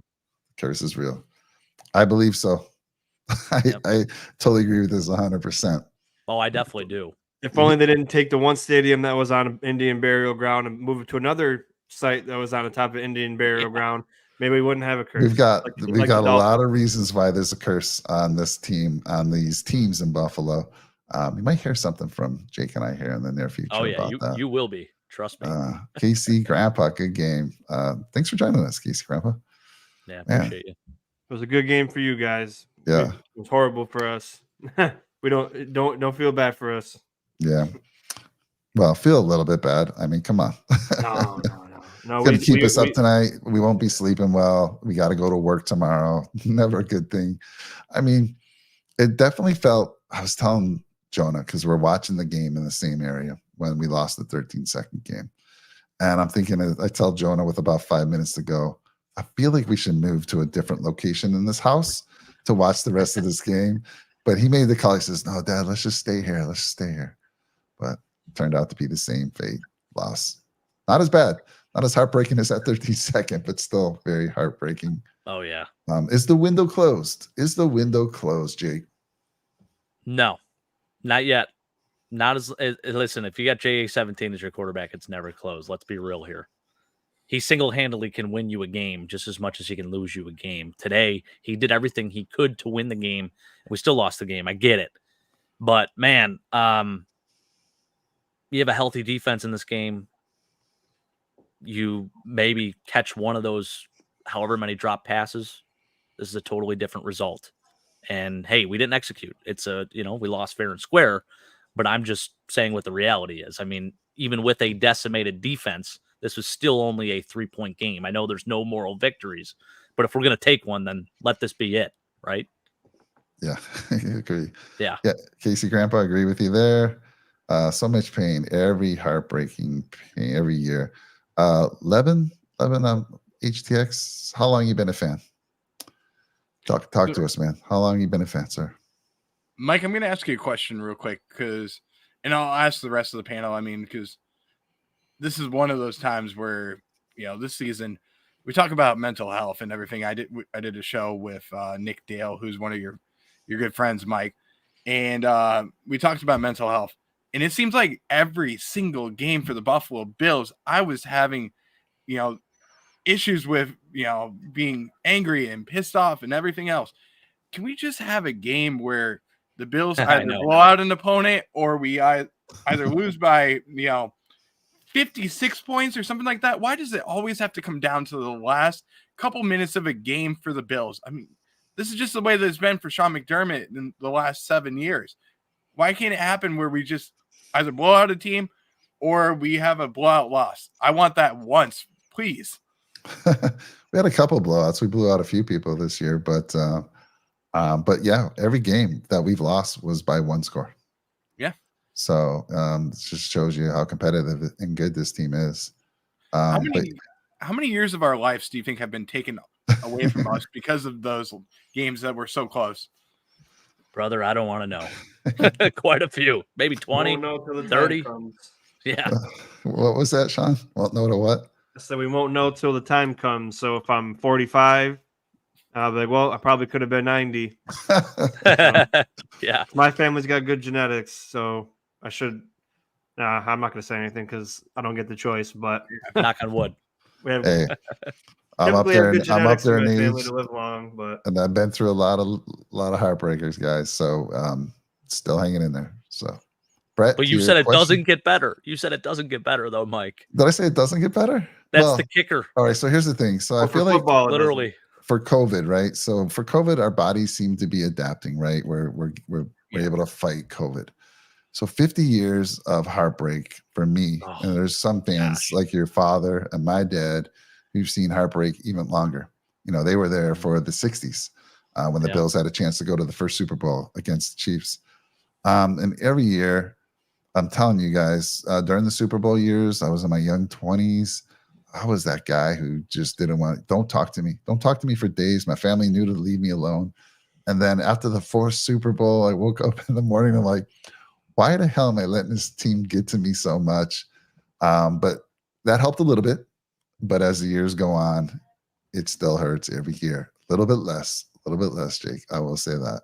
But I'm still hopeful. It's going to happen. I need it to happen before I go to the, up in the sky there. I need it to happen. I want it to happen for my dad too. Can you imagine your dad? Can you imagine if we were to live as long as the Bills win a Super Bowl? I mean, we might live forever. That very well might happen. But it would be crazy if it took forever. But I just want, number one, I want our fathers to be able to witness watching a Bills game and a Bills victory and winning a Super Bowl. That's what I want to see more than anything, because they deserve it. I mean, we deserve it, but they deserve it even more. They've been watching it since most of us from the beginning. And I want to see a victory so badly. I mean, it would be so good for the city of Buffalo to get one. We haven't seen it yet, but I'm rooting from now on for the Detroit Lions. I mean, just like we talked about, they deserve it too. But I mean, let's bring one home for Western New York. That's what I want to see. I agree with that. We got Berto coming in with wide right Mafia. Yeah, you and Jim Nance, just couldn't wait to say that. Jim Nance, just the way you emphasize that. I'm like, come on, Jim, come on. I like you, man. I like you.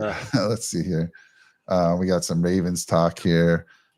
Finn Stadium is on a burial ground. Same talk, missing the Orange Bowl. Yeah, well, yeah. They're cursed as well. Yeah, Nightwing, tell me about it. Tell me about that one. Wide right. I'm going to sleep. Here's my dad. He says, you know what? I'm going to sleep well. Today was nothing new or unexpected for me. So those years, those 50, actually for my dad, it's over 60 years now that he's been a fan. And like I said, he got to go to the Rock Pile, got to go see those teams that were led by Jack Kemp, Daryl LaMonica. He got to go see those guys. So he's been doing it even longer than I have. And he's now built up that immune system to it. Like, I kind of expected it. You've earned your rest, Bill. We're going to get one for you, Dad. We're going to get one for you. We're going to make it happen. I don't know how, but we're going to make it happen. Thurman Thomas, best super yards. Jim Kelly, fire the kicker. Yeah. Yep. Didn't they have like 9 turnovers that one Super Bowl? Not in the first one. You're talking probably the one we got blown out by the Cowboys, the second one. At least we didn't have that happen. Oh, actually, it wasn't the second one. We lost to Washington. Then we got blown out by the Cowboys. So one of them, we lost to the Cowboys back-to-back years in the third and fourth year of the Super Bowl run. Washington blew us out in the second year.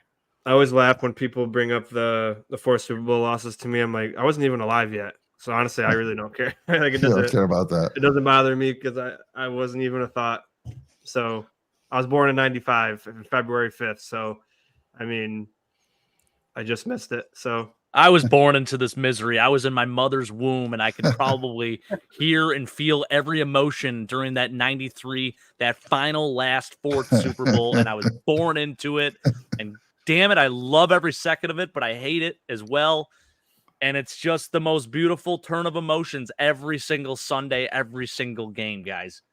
Like, I know I'm upset right now, but I'm going to be ready. Like, listen, it's going to take some time to process this one, but listen, I'm ready to get right back at it and get back on the wagon. As crazy as that sounds, here I am.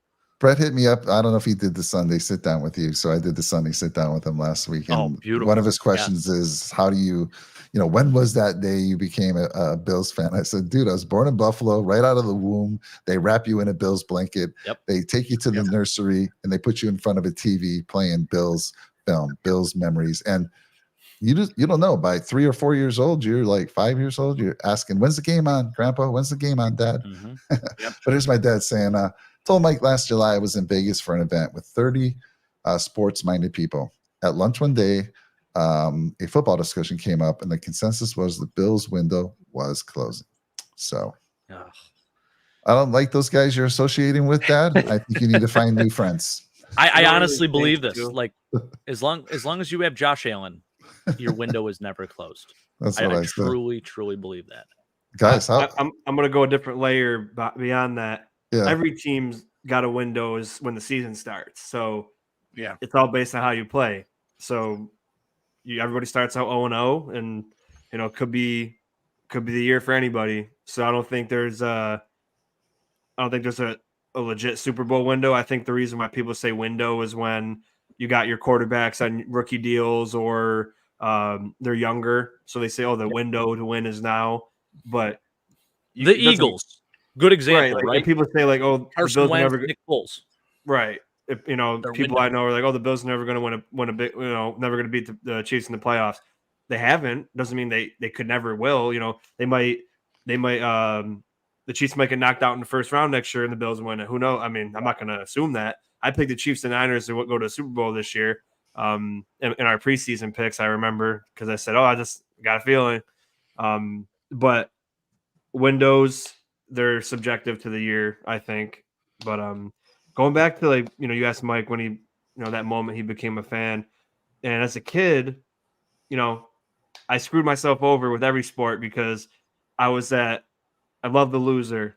I felt bad for the loser. I always wanted to support the teams that stunk. And as a kid, you can be a bandwagon. I could have liked the Yankees, 27 championships. My whole family's Yankee fans, but here I am. I like the Red Sox till 2005. They traded everybody away.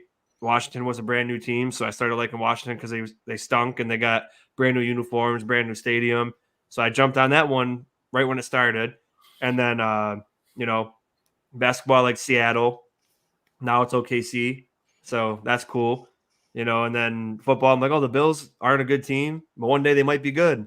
And here we are. And I could have picked the Giants, 2 Super Bowls. I could have picked the Steelers. I could have picked the Patriots just to get on a team that was winning when I was a kid.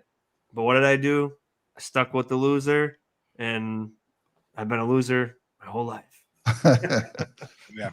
I mean, Jake, you were calling, maybe Zach, you were calling for McDermott's head. Is Bill Belichick maybe? Wouldn't that be crazy? Oh, man.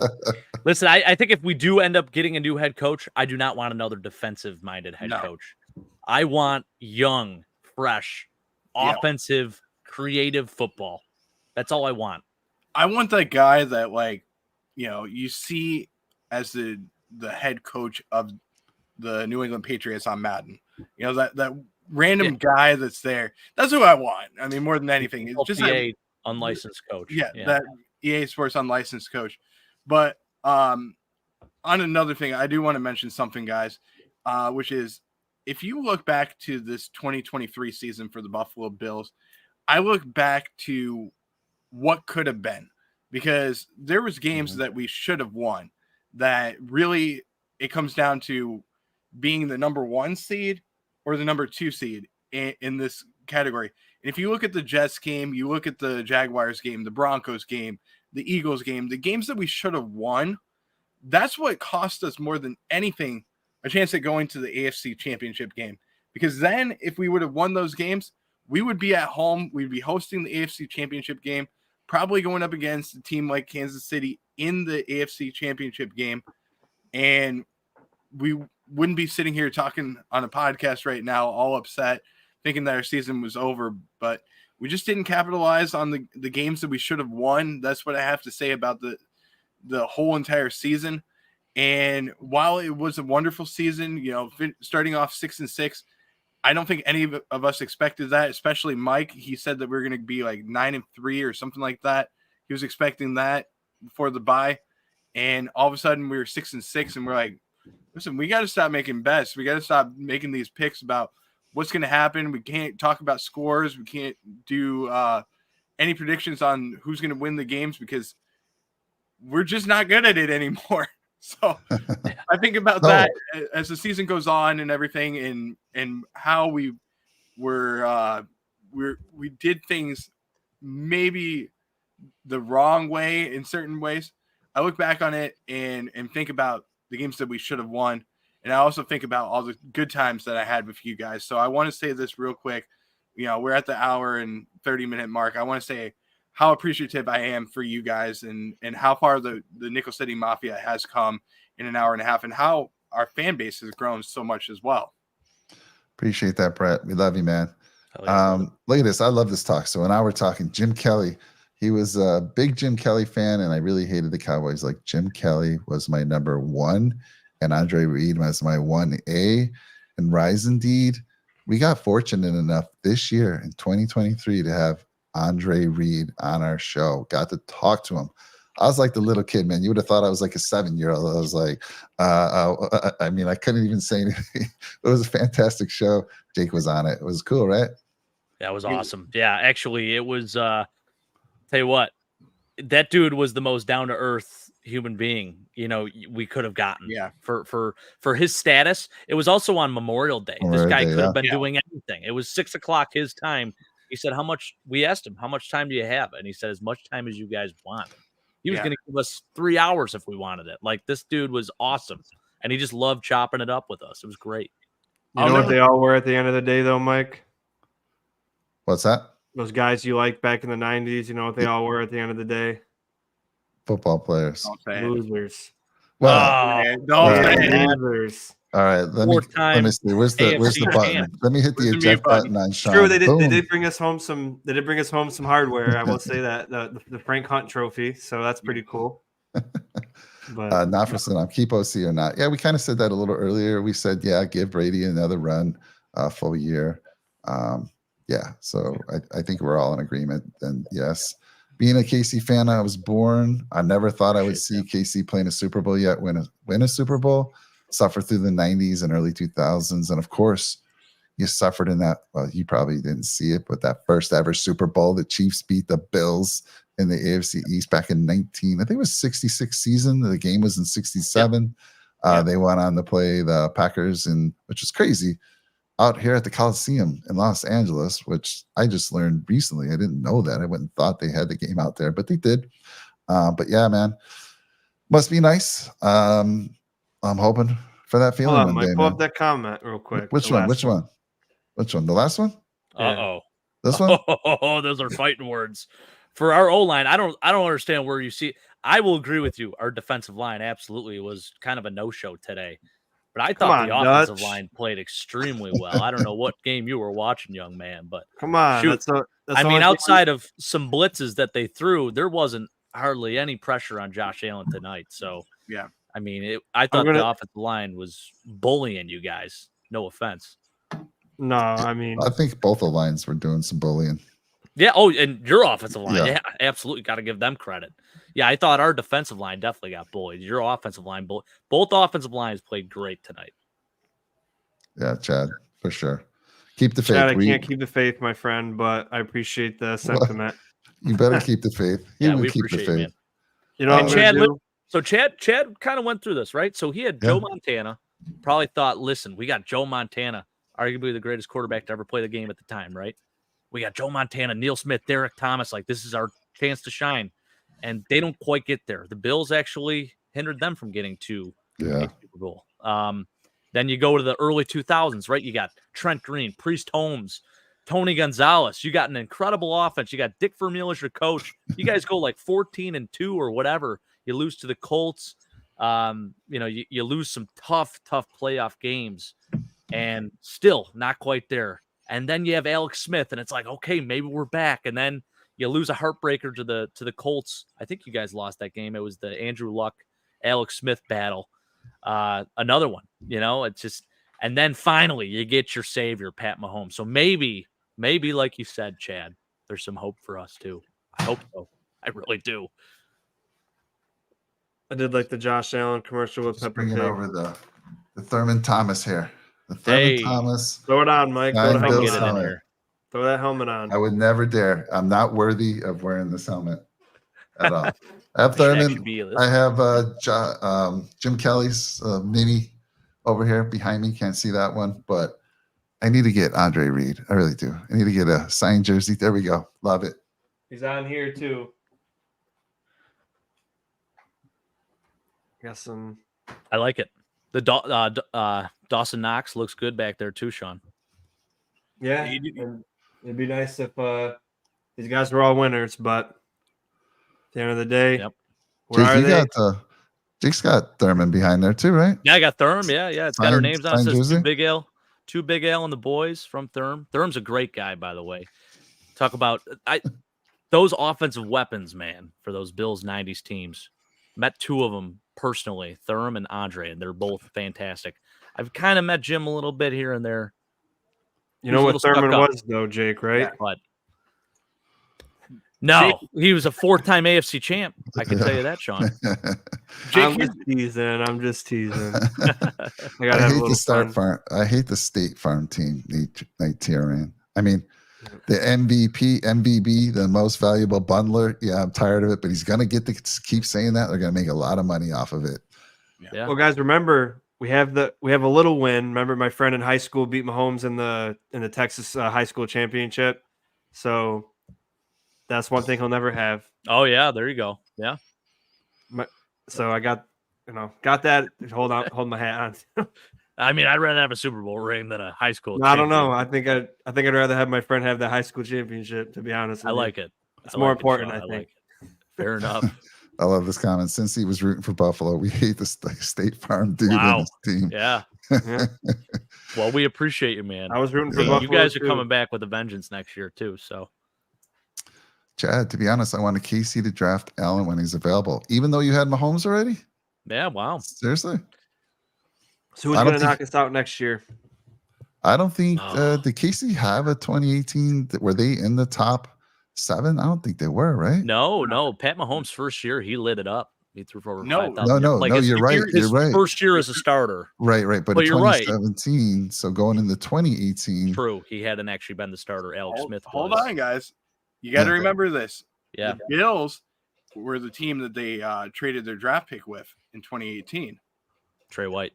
For Trey White. Yeah, that one we know. In 2017, we could have had Mahomes at number 10. But I'm just curious, what was their record in 2018, and how high were they in the draft? Because if they weren't in the top 7, they went to the playoffs with Alex Smith, so they were like, so they wouldn't have been able to. They were at least 21. I think Buffalo got their draft pick in 2018. I'm almost positive they got their draft pick though. Yeah. So we had 2 picks in the first 27. round. We had 2 picks in 2018. We got the first round pick, but that was number 22, and we traded up to get Tremaine Edmonds.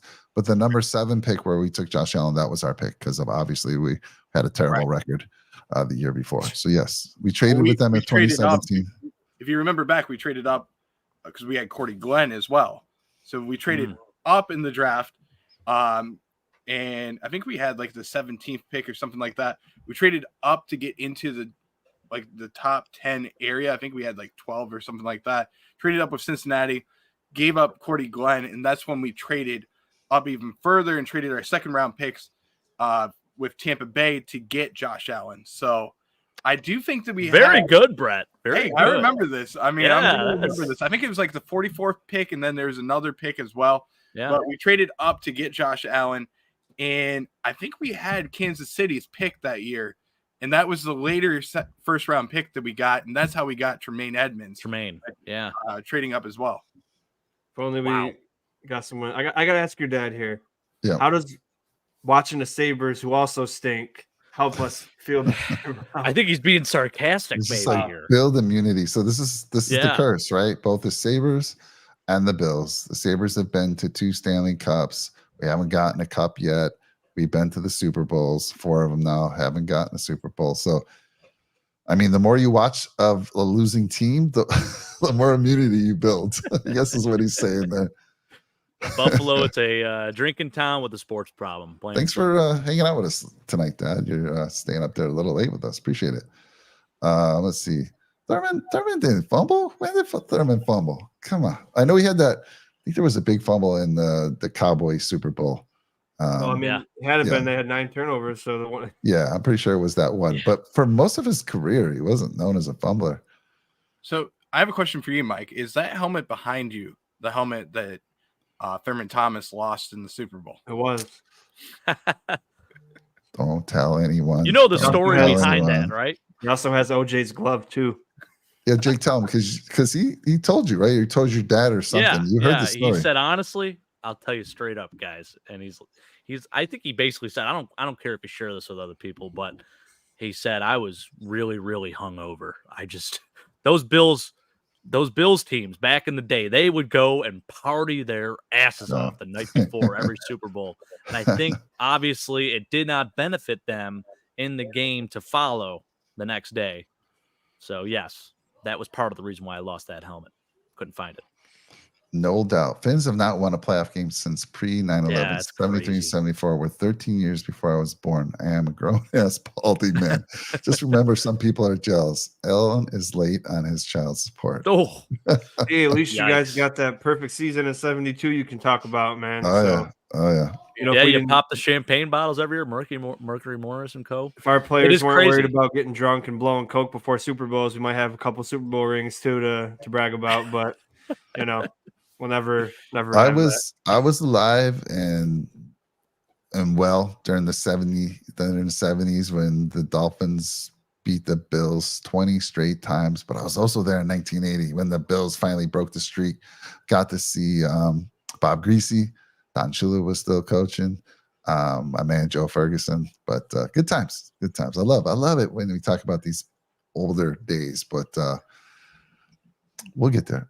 Isn't it weird to think that when you were living life in the 80s, you know, we weren't even. Me, Brett, and Jake weren't even thoughts in our parents' mind yet, and then now here we are just doing podcasts.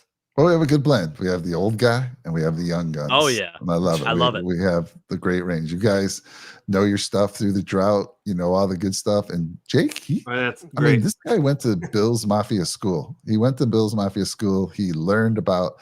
He might not have been born in the 90s and 80s and 70s, but you asked that dude a trivia question.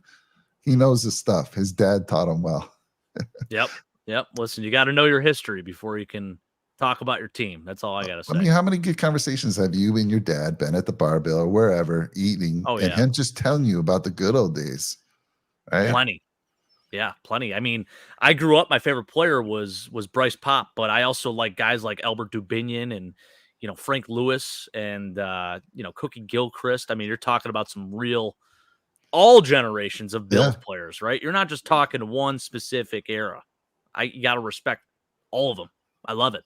Joe Ferguson, Jack Kemp. I mean, list goes on. And these are guys you didn't even see or ever never see saw them. But your dad just highlights. Would tell you those stories, man. Right? Because your dad he's a little older than me, so he got to see some of those 60 games and remembers them. Yeah. Yep. So fun fact, guys. Yeah. I was actually supposed to be named after Bryce Pop. Really? Yeah. So my cool. mom in the when she was giving birth to me ended up switching my name when my dad walked out of the room to go to the vending machine to get some snacks. My mom came in, changed my name to Brett Michael because she had a crush on Brett Michael. That's funny. So she had a crush on Brett Michaels, the lead singer of Poison. My dad was all about Brett. Kind of look like him too, actually. I mean, maybe a little, but you gotta stop combing your hair a little bit longer. But I got to grow it out. I got to grow the hair long and everything. You never know. I mean, Can you sing some Poison? Every thorn has its rose. I mean, come on. Every rose has its thorn. Every rose has its thorn. Come on, sing it. Oh, I was named after Shawn Michaels. No, the wrestler. Oh, I like that. The wrestler. Yeah. Really? So both of you have. I never named for 3 days. Both of you have Michael as your middle initial. Yeah. I never knew that. That's cool. I never knew that. Come on now. 3 days without a name, and my dad was watching wrestling. And guess what? My middle name is Alan. So you two, I mean, this is crazy. That's pretty cool. Look at this. There's a connection really there. Cool. Yeah. We should just change our names together as Michael, Roger. No, what we should do is we should call it the Alan Michaels podcast. I love it. Yeah. Bryce Pop. Yeah. Thurman fumbled 50 times in his career. 50 times? Really? 50 times. Rise and Indeed bringing the stats. Look this up. Hold on now. It certainly didn't feel like that. But I do know the Super Bowl one is true. But 50? Man. That's excessive. That is excessive. Yeah. So here's one thing we can always say, guys, is nobody's ever going to break Bruce Smith's sack record. So we'll have that. Yeah, that's true. Yeah. That's definitely true. Even like guys like TJ Wow. Watt, they got to get like 25 sacks every year now to catch up because they're not going to play 20 seasons. No. Therm did fumble 50 times. Wow. Holy smokes. Wow. Like, That's a lot of fumbles. do you have that broken down by year? Yeah. Is that where So the page you're looking at? he did get better as time progressed. I mean, his rookie year, he fumbled 9 times, then Sheesh. 7, then 6, then 5, then 6, then 6, then 1. In 94, it was once. 95, 6, 1, 2, blah, blah, blah. Yeah. So, wow. That's What was James it? Cook Yeah. at? James I Cook. think he's only got a couple, James. Yeah, not that many. I could tell you that. When he I'll tell you fumbles, though, what. he fumbles. He Thurman- had 2 Thurman games, I doesn't- think, where he fumbled twice. Thurman doesn't have the dropped. Probably in his Touchdowns, whole yeah. career, he doesn't have as many drop passes as James Cook did this year. James Cook 4 fumbles this year, 1 fumble last year. Yeah. Wow. Yeah, I'm his so first upset. career carry was a fumble. That's right. Yeah. And then he fumbled twice in one game this year and then 3 times in a game, but he picked one of them up. Oh, yeah. So when he does it, he really does it. He's like so good, but then he makes these mistakes where you're just like, damn. Like, Yeah. 3 drop touchdowns in the last 6 weeks, 4, whatever. But hey, you know what, guys? Let's say it all together. There's always next year. It's always next year. We're man. just But a we will- few pieces we have- away, Zach. Yep. We're just have a to few promise. pieces away. Between September and October, 3 of us are going to go to Buffalo, meet up with Jake. We're Yep. going to watch the game together, get the same seats. We're going to spend right. the weekend. I mean, I don't know if, maybe the new baby will be here by then, but Mrs. Oh, yeah. That's right. Mrs. Padre will let us all have Thank you, brother. a guy's night at the crib and see the baby. And if not, we'll just get an Airbnb by Jake's house and then, go to the game together, get some wings all weekend, get some Paulas. Because we still got to try Gabe's Gate still, Jake, because that was the one that they didn't even look at us for like 40 minutes, wasn't it? We stood there. I mean, there was a lot of people there. I mean, before game day too, so it's tough. So we got to get close at that point. So Yeah. you had. Of course, we'll definitely go to Barbell. Yeah. You got. But once the schedule comes out, we're all gonna start saving up money now. I got I always get bottles with whenever I'm at jobs or whatever, and I drink myself, and I bring to my friend's bottle return. I'm gonna start saving up all the money. We're gonna get a ticket each. We're gonna have a little Nickel City Mafia get together, watch a game, and because man, those 2 times I went to Buffalo this year were really fun, especially when I got to meet Jake, and we had a great time, man. And that's what stinks about losing too is just like it's like when Christmas is over, you go through that little depression lull where it's just like, man, that was so nice. It was a nice moment, and then I know. now it's like no football, no Buffalo stuff, no Bills stuff. Well, especially for me, I'm not from there, but now I gotta hope my basketball team can, which I can't watch because they're never on Hulu. Hopefully they can make the playoffs and Let's address this guy. PVD 1014. All right, who's the moderators out there? Who's the moderators? Let's go. I love it. Hey, he's bringing the smoke. He's got to change the words a little bit. So what Bills makes you think haven't that? won a championship? I don't know about. Never. I want to know what actually makes you think that, because honestly, albeit the Chiefs won this game tonight, but do you truly feel like the Chiefs are a better team than the Baltimore Ravens, the 49ers, or even the Lions? I can't confidently say that. So, and listen, I know you have the rings to show for, but I do want to know, like, you beat the Bills. Now, what's next? What's next? And your team's banged up as it is. We got Numpulse saying he's from down under. Started playing Madden on the Mega Drive, picked Bills, and grew to love the game in the Kelly Thomas White Tasker era. Yes, still backing them to this day. Next year, maybe. Yeah. As got to be a believer, Numpulse, and sounds like you are next year. Oh, yeah. I love it. And PVD 1014. These frauds almost beat you tonight. I mean, a couple missed opportunities. Sure, we missed a field goal, so I don't know what that what says they about say. you guys. You say you throw out some bad karma there, it's going to come back and bite you in the in the rear. You're going against a stud of a team next week, and it's going to be a great game. Yep. Let's see here. What's this? Kick Bills are the inkles of the NFL. I have no idea. What the heck? Kind of imbeciles, incels. I don't know. What's the keck? I don't know. I have no idea. I don't know. These are young terms. I depend on the young guys here to decipher these things. I have no idea. I can only do so much, Mike. Translate time traveler. He's in a different time zone. Obviously, he's been traveling the world, and maybe Keck was the world in Inkles. I don't know. I got to look it up. Somebody look that up. I'm going to learn a new word tonight. Couple words. I think he's trying to say the keg bills, the 90s bills that were playing. He's Oh, calling them keg. The keg bills. We gotcha. We know a thing or two about those.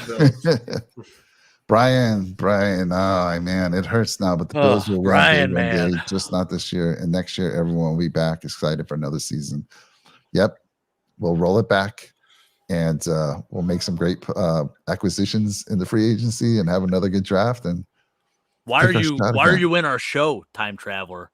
I mean, we love it, and we're gonna bring up every comment that comes up. So we appreciate the hell out of you. Yeah. Why don't you hit slap a like on that button too? Maybe subscribe, come back for some more because we love it. It's a troll post, idiots. No, even better. Now you're calling us idiots. That's a little out there. Come on, man. Come on. Well, I mean, never mind. You throw it up. He's the one watching the show, so who's the real idiot here? We appreciate you, Time Traveler. Time Traveler, who do you even support? Are you a Chiefs fan? I mean, who's your squad? Give me a little more info here. I want some substance. I didn't even understand what your troll post was, so we need some more substance. Did you bring up Black Boxing King's comment? That was how I felt too. Which one? Oh yeah. Supposed to become Superman and take this. I said that to us. Like, this is your time. Like, just take this game over and bring that touchdown, man. Damn. It sucks because he did so much to get us there, right? And it hurts because, I mean, we know what he is. He's a physical freak. I mean, the guy is insane as a quarterback. I think he's the most impressive quarterback in the NFL. Call it bias if you will. I just, it sucks because, and I don't hate that throw to Khalil Shakir that he makes at the end of the game there. He's trying to put a dagger in their heart. And I get he leaves them with a lot of time, but he saw an opportunity and he took it. He gets hit on that play and the ball is short. Sure. He misses Steph Diggs. The next play, I hate that he has to roll out to the right. He bails and, he throws a pass way outside, way out of bounds in the end zone. That hurts. That definitely hurts, And I get he had Steph running across too, but I understand the throw to Khalil Shakir because he was open. That's the thing. And had he not been hit, I think it's a touchdown all day. Man, I'm looking at that picture of that Diggs drop. That was a touchdown, man. Because too. I mean, there's a lot of plays there. That don't mind the Diggs standing there watching. That's a meme. Wow. But he's on this guy's on the ground. So if you caught that, he's no one wants to talk about that. I mean, what a beautiful throw. I mean, there's maybe two quarterbacks and probably the two quarterbacks in this game who can make that throw in the NFL. I mean, and it's a drop pass. So yeah. Hey, Dutch. Sounds like you're ready to be done with McDermott, the reincarnation of Marty Schottenheimer. And that's actually a good point because Schottenheimer, didn't he have a final year that was really good and he got released, I believe? I think so. I have to look at his record, but I think he was one of those guys that. Oh, Marty? Yeah, they went 14-2 and he got fired right after that. So they lost the division. There's an example. Good point. Yeah. Way to bring that up, Dutch. Yeah. And then Rise Indeed says, I hope the Chiefs get knocked out early. It's going to be a battle. I mean, Lamar Jackson's, that team's for real. Yeah, that's tough. Yeah, let me catch up here. I went back a little bit. I wanted to catch up or talk about Dutch Flat's comment. 63 seasons as a Bills fan. There we go. Love it. Wow. Still saying it all. Wait till next year. Dang. Dutch Flats. Did you live in Buffalo? Do you live in Buffalo now? Did you ever get to the rock pile? Would love to know, man. Would love to know if you got to see those older 60s teams. I love this. Hey, I'm saying physically, like this is the old Dan Marino versus Jim Kelly debate too, right? As a pure passer, like I thought Dan Marino was a more impressive passer, but a lot of people would argue Jim, even though they both didn't win a Super Bowl, right? But I get your argument. Obviously, Pat Mahomes has won championships. Josh has not. So, although I feel like the head-to-head matchups, Josh has been better in most of those compared to Pat Mahomes. today Pat was very good, but I mean, Josh did all he could. I mean, I don't know.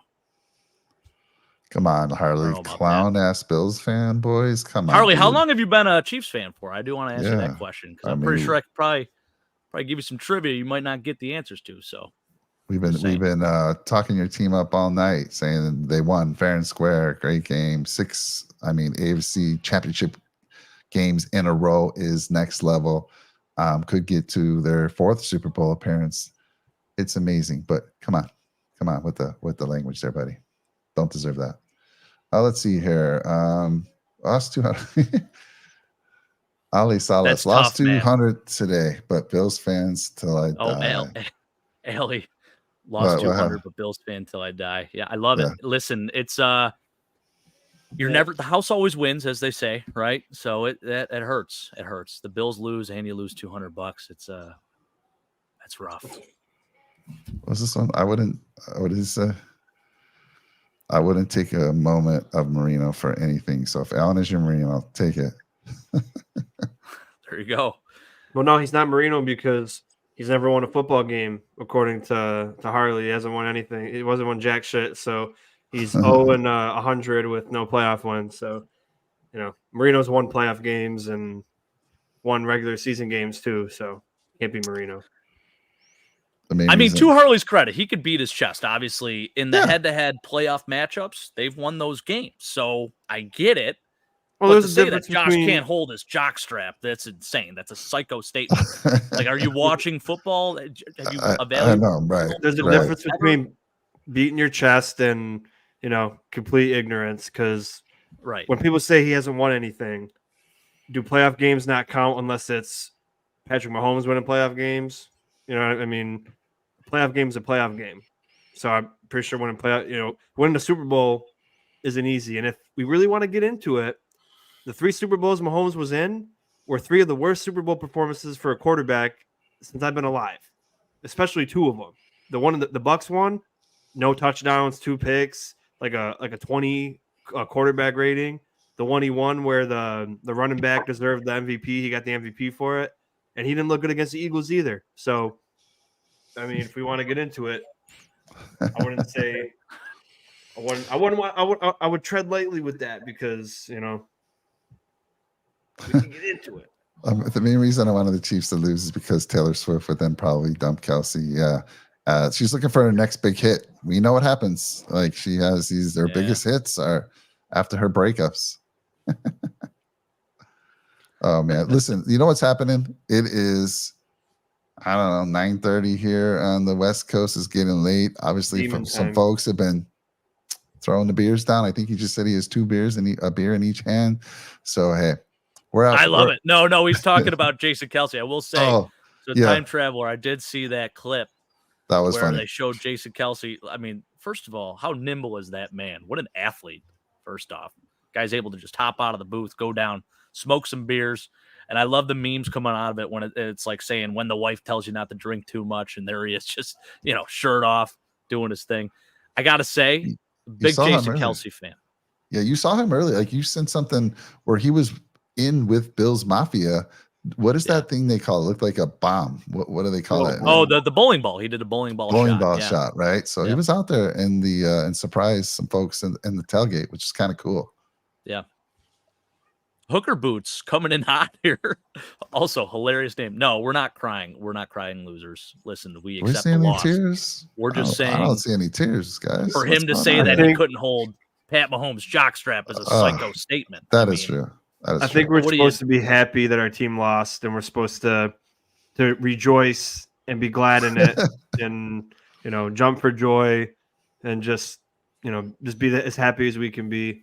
I mean, it's been 2 hours since we've been on the show. We haven't even talked about the game for an hour and a half. The last hour we've been talking about Jim Kelly and the Bills snorting coke in the 90s. Before the Super Bowl. So I didn't. Did someone bring up coke? Snorting coke? Sean's been saying that. He's been allegedly saying that the Bills did that. Come on, they did. I wasn't allowed to mention it anymore. I mean, that's pretty much where it came down to because I mentioned it on the AFC Summit. But they're doing everything to mention coke again, I guess. Oh my gosh, somebody has to bring that up, huh? Yeah. Let's see here. There's our Every new show. mascot. There's always Okay, Coke I'll say involved. that. There's I always love that Coke time. involved. Yeah. Never mind. I was gonna say no, never mind. Hey guys, by the way, great shows this season. You guys, great group Yeah, therapy. we appreciate you, Appreciate that, Brian. Look forward to rolling it back again with you next year. And we're going to be doing some off-season stuff for sure. Free agency breakdown, pre-draft, all the good stuff we did last year. And it's a blast. And I want to get in. So we're at the 2 hour mark, guys. I think it's a good time to kind of wrap it up. It's getting late there on the East Coast for you guys. And I still have a little bit of time I can spend with the family. I want to say thank you to all of you for a fantastic season. And I want to thank the Buffalo Bills. Again, I thank the Buffalo Bills for an entertaining season. A bunch of roller coasters, up and down, a roller coaster all year, up and down. Games we should have won, we lose. And we're 6-6. We're almost out of it. We go on a run. Again, just another roller coaster ride. And thank you, Bills. We'll be back next year. No bandwagon jumpers here. Not any of these folks. Not any of the Bills fans I know. We're never going to jump off that wagon. So we'll get ours one of these days. But have a good night, Brian. And Chad, thank you. I enjoyed the show. You guys seem to be pretty cool. Thank you. Appreciate it. And hopefully we'll see you again. As the show says here. Let's see here. Incredible comment by Nate R down there. Jake and I don't know. I wouldn't know, brother. I mean, probably in between. Only imagine, Oh, it's okay. Jake and I go live on Nickel City Rush Hour. This is our inaugural Rush Hour show, Jake. I mean, we just broke it out. We'll be going. It's unfortunate it has to be during a loss, Mike. But listen, I know. I love the graphic. It looks great, and we appreciate everyone out there joining us tonight. Oh yeah, and also I got to pick a bone with Mike again, because I already told him we didn't get our celebration show last week, and we lost, so we don't get a celebration show at all for the playoffs. So thank you, Mike, for taking that away from us because you're old, and hopefully next year we can enjoy one. Well, my apologies. I mean, every show is a celebration with you guys. This is the way I feel. So I know we got the loss, big loss again, heartbreaker. But what you gonna do? So I have to go to the dentist. Time Traveler just trolling us right to the very end. So first off, comes in here with a troll that we can't even pronounce the words. And he's saying he's going to the dentist, saying that we have bad teeth. Listen, I didn't even wear braces, Time Traveler. So unless that's a Co Simpson reference, because Co Simpson, I don't know if you heard that story. Well, great story. Don't forget, guys, Saturday we'll do our crying session, because we gotta make Hooker Boots happy, and we gotta cry every day. Right. So we'll be doing another cry session on Saturday, talking about the loss, and we'll continue the crying into next year. Even when the year starts and we win games, we'll start crying, just because it's just what we do. And I will say, Chiefs fans, you made the Super Bowls, but them Royals fans, you ain't got a world championship. You ain't got one of these. What I'm going to do after the show tonight? They do have a the Royals do? They have one. At least one. I think 2015, right? No, they lost, I thought. Oh yeah, they did win that one. Never mind. Well, you don't have one since 2019. There you go. More recent. There you go. But anyway, I'm gonna, once we go home, once we get off this, I'm gonna go on YouTube. I'm gonna type in Nationals Astros 2019. And I'm gonna watch Daniel Hudson throw that nasty ass slider to strike out that bum from the Astros to win the World Series. And then I'm gonna watch TV till 6 a.m. I'm going to get up, go to work, cry a little bit, just to keep the theme going. And then just to keep the theme going. Then go to the gym. And then 2015, read a book. Because we do read, even though we're Bills fans. And then no, we don't. Who said? Do we really? No, I don't read. Unless it's a picture book. I'm not reading. I'm not doing it. I only listen to audio. Sorry. I read children's books. That's my minimum. That's my man. We love it. We love it. Hey guys, listen. Yeah, Chad, I was wrong. I don't know why I thought they didn't win one. I forgot they beat the Mets in 15. But he's got two. He's a Cardinals fan, though. That's all right. Yeah, I love it. Oh, that's right. All right. So listen up. We're gonna get out of here. We appreciate everyone in the channel. If you're new to the channel, drop a nickel in that subscribe button. Come on back. We got more shows coming up. Jake and I go live every Monday and Wednesday on our new Nickel City Rush Hour. Gonna have some good content for you. Tuesday night, we'll have the AFC East Summit. They'll be wrapping up and talking about the Bills' failure. once again, and they'll talk about the upcoming game as well. We got Sabres Edge if you're into hockey, Buffalo Sabre fan. Check out the Sabres Edge. They go live Tuesday nights, 8:30 p.m. Eastern. The AFC East Summit Show is Tuesday, 8 p.m. Eastern. And you'll see Jake and I again Wednesday. Hopefully we're not crying. We better shed the tears. We were going to move on. Well, we're we going to talk. I'm going to get that out of the way tonight. We're going to have some Ravens fans hopefully booked. Some Ravens reps. We're talking about that upcoming AFC Championship game. And hopefully we can find a Chiefs guy. Jake, let's start searching around, see if we can find a Chiefs rep out there who's not afraid to come on camera. Time Traveler, sounds like you might be up for it. Come on, join us Wednesday night. I don't know. He's well, yeah, I don't know. I can't tell what. Can't tell what team he's the rep is, or is he just coming in, just putting us down? He seems like better, though. I could tell you that. Oh, no. Okay. Yeah, no. Yeah. He's a Chiefs fan. Confirmed. He's a Chiefs fan. There we go. Chiefs fan. I want to go around the room, but first of all, I want to say, Brett, thank you so much this year, 2023. Going into 2024, we're going to even be bigger. Couldn't do it without you. Thank you, sir. Appreciate you. Sean, dead inside today, but you'll be alive and well tomorrow. And when we get into the upcoming year, we'll get excited. So thank you, Sean. Again, you and Brett have done great things for the channel. Appreciate you. And your Red, White, Ruthless show, you'll continue. You know that goes live every Saturday at 8:30 p.m. So check those guys out there. And also go check out their channels. Brett from the Go Bills podcast. Right down on our main page, you can see all these great channels. You can see the Red, White, and Bills, which is Sean, and you can see the Go Bills podcast. Just hit that little subscribe button. Check them out. Hey, I think we found our Chiefs fan for Wednesday's show. Time Traveler. All right. We're sending you a link. You're coming on Wednesday night. Yes, let's do it. I'm not taking no for an answer. Get yourself a webcam and get your ass on the show. We need you. Full head. I mean, he's a Chiefs fan. He better have a damn camera and a microphone. You're coming on the show. We're getting you on, brother. Let's go. And I do want to mention something real quick, and I think it's very important. We talked about that question that I asked you earlier, that I will have the Sunday sit down coming up with Mike Fortin. For those of you that don't know much about him, it's a great way to get to know Mike a little bit more, see the background side of things, how he became a Bills fan, stuff like that.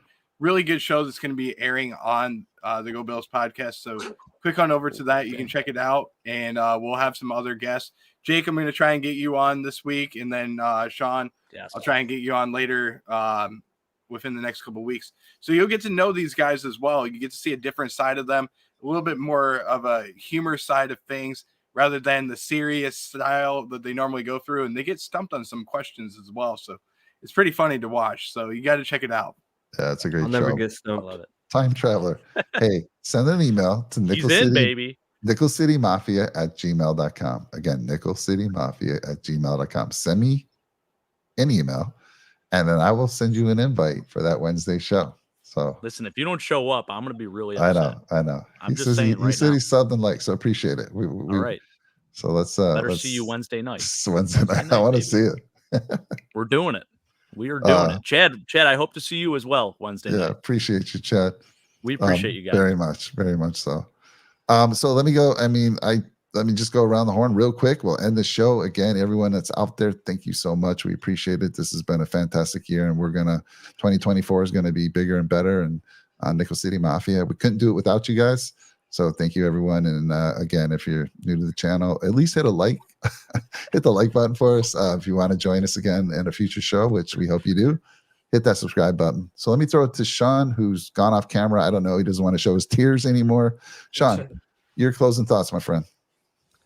Well, even better. Same as always, baby. So we'll eventually get into all the draft and the free agency, waste our time doing that, spend hours and hours and hours spending our time doing that away from our families just to get the same result every single year. So I'm looking forward to that coming up soon.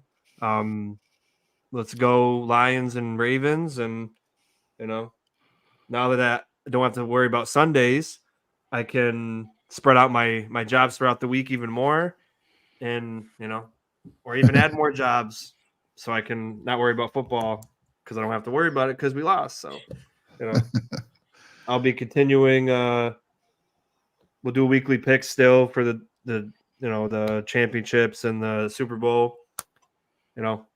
not wanting to now, but we will because we don't back down. And then, we'll do the Ruthless show as long as you want us to. I don't know how long, after we talk Saturday, there's not much to talk about, I guess. So it's up to you, Mike. And then, we'll get back into.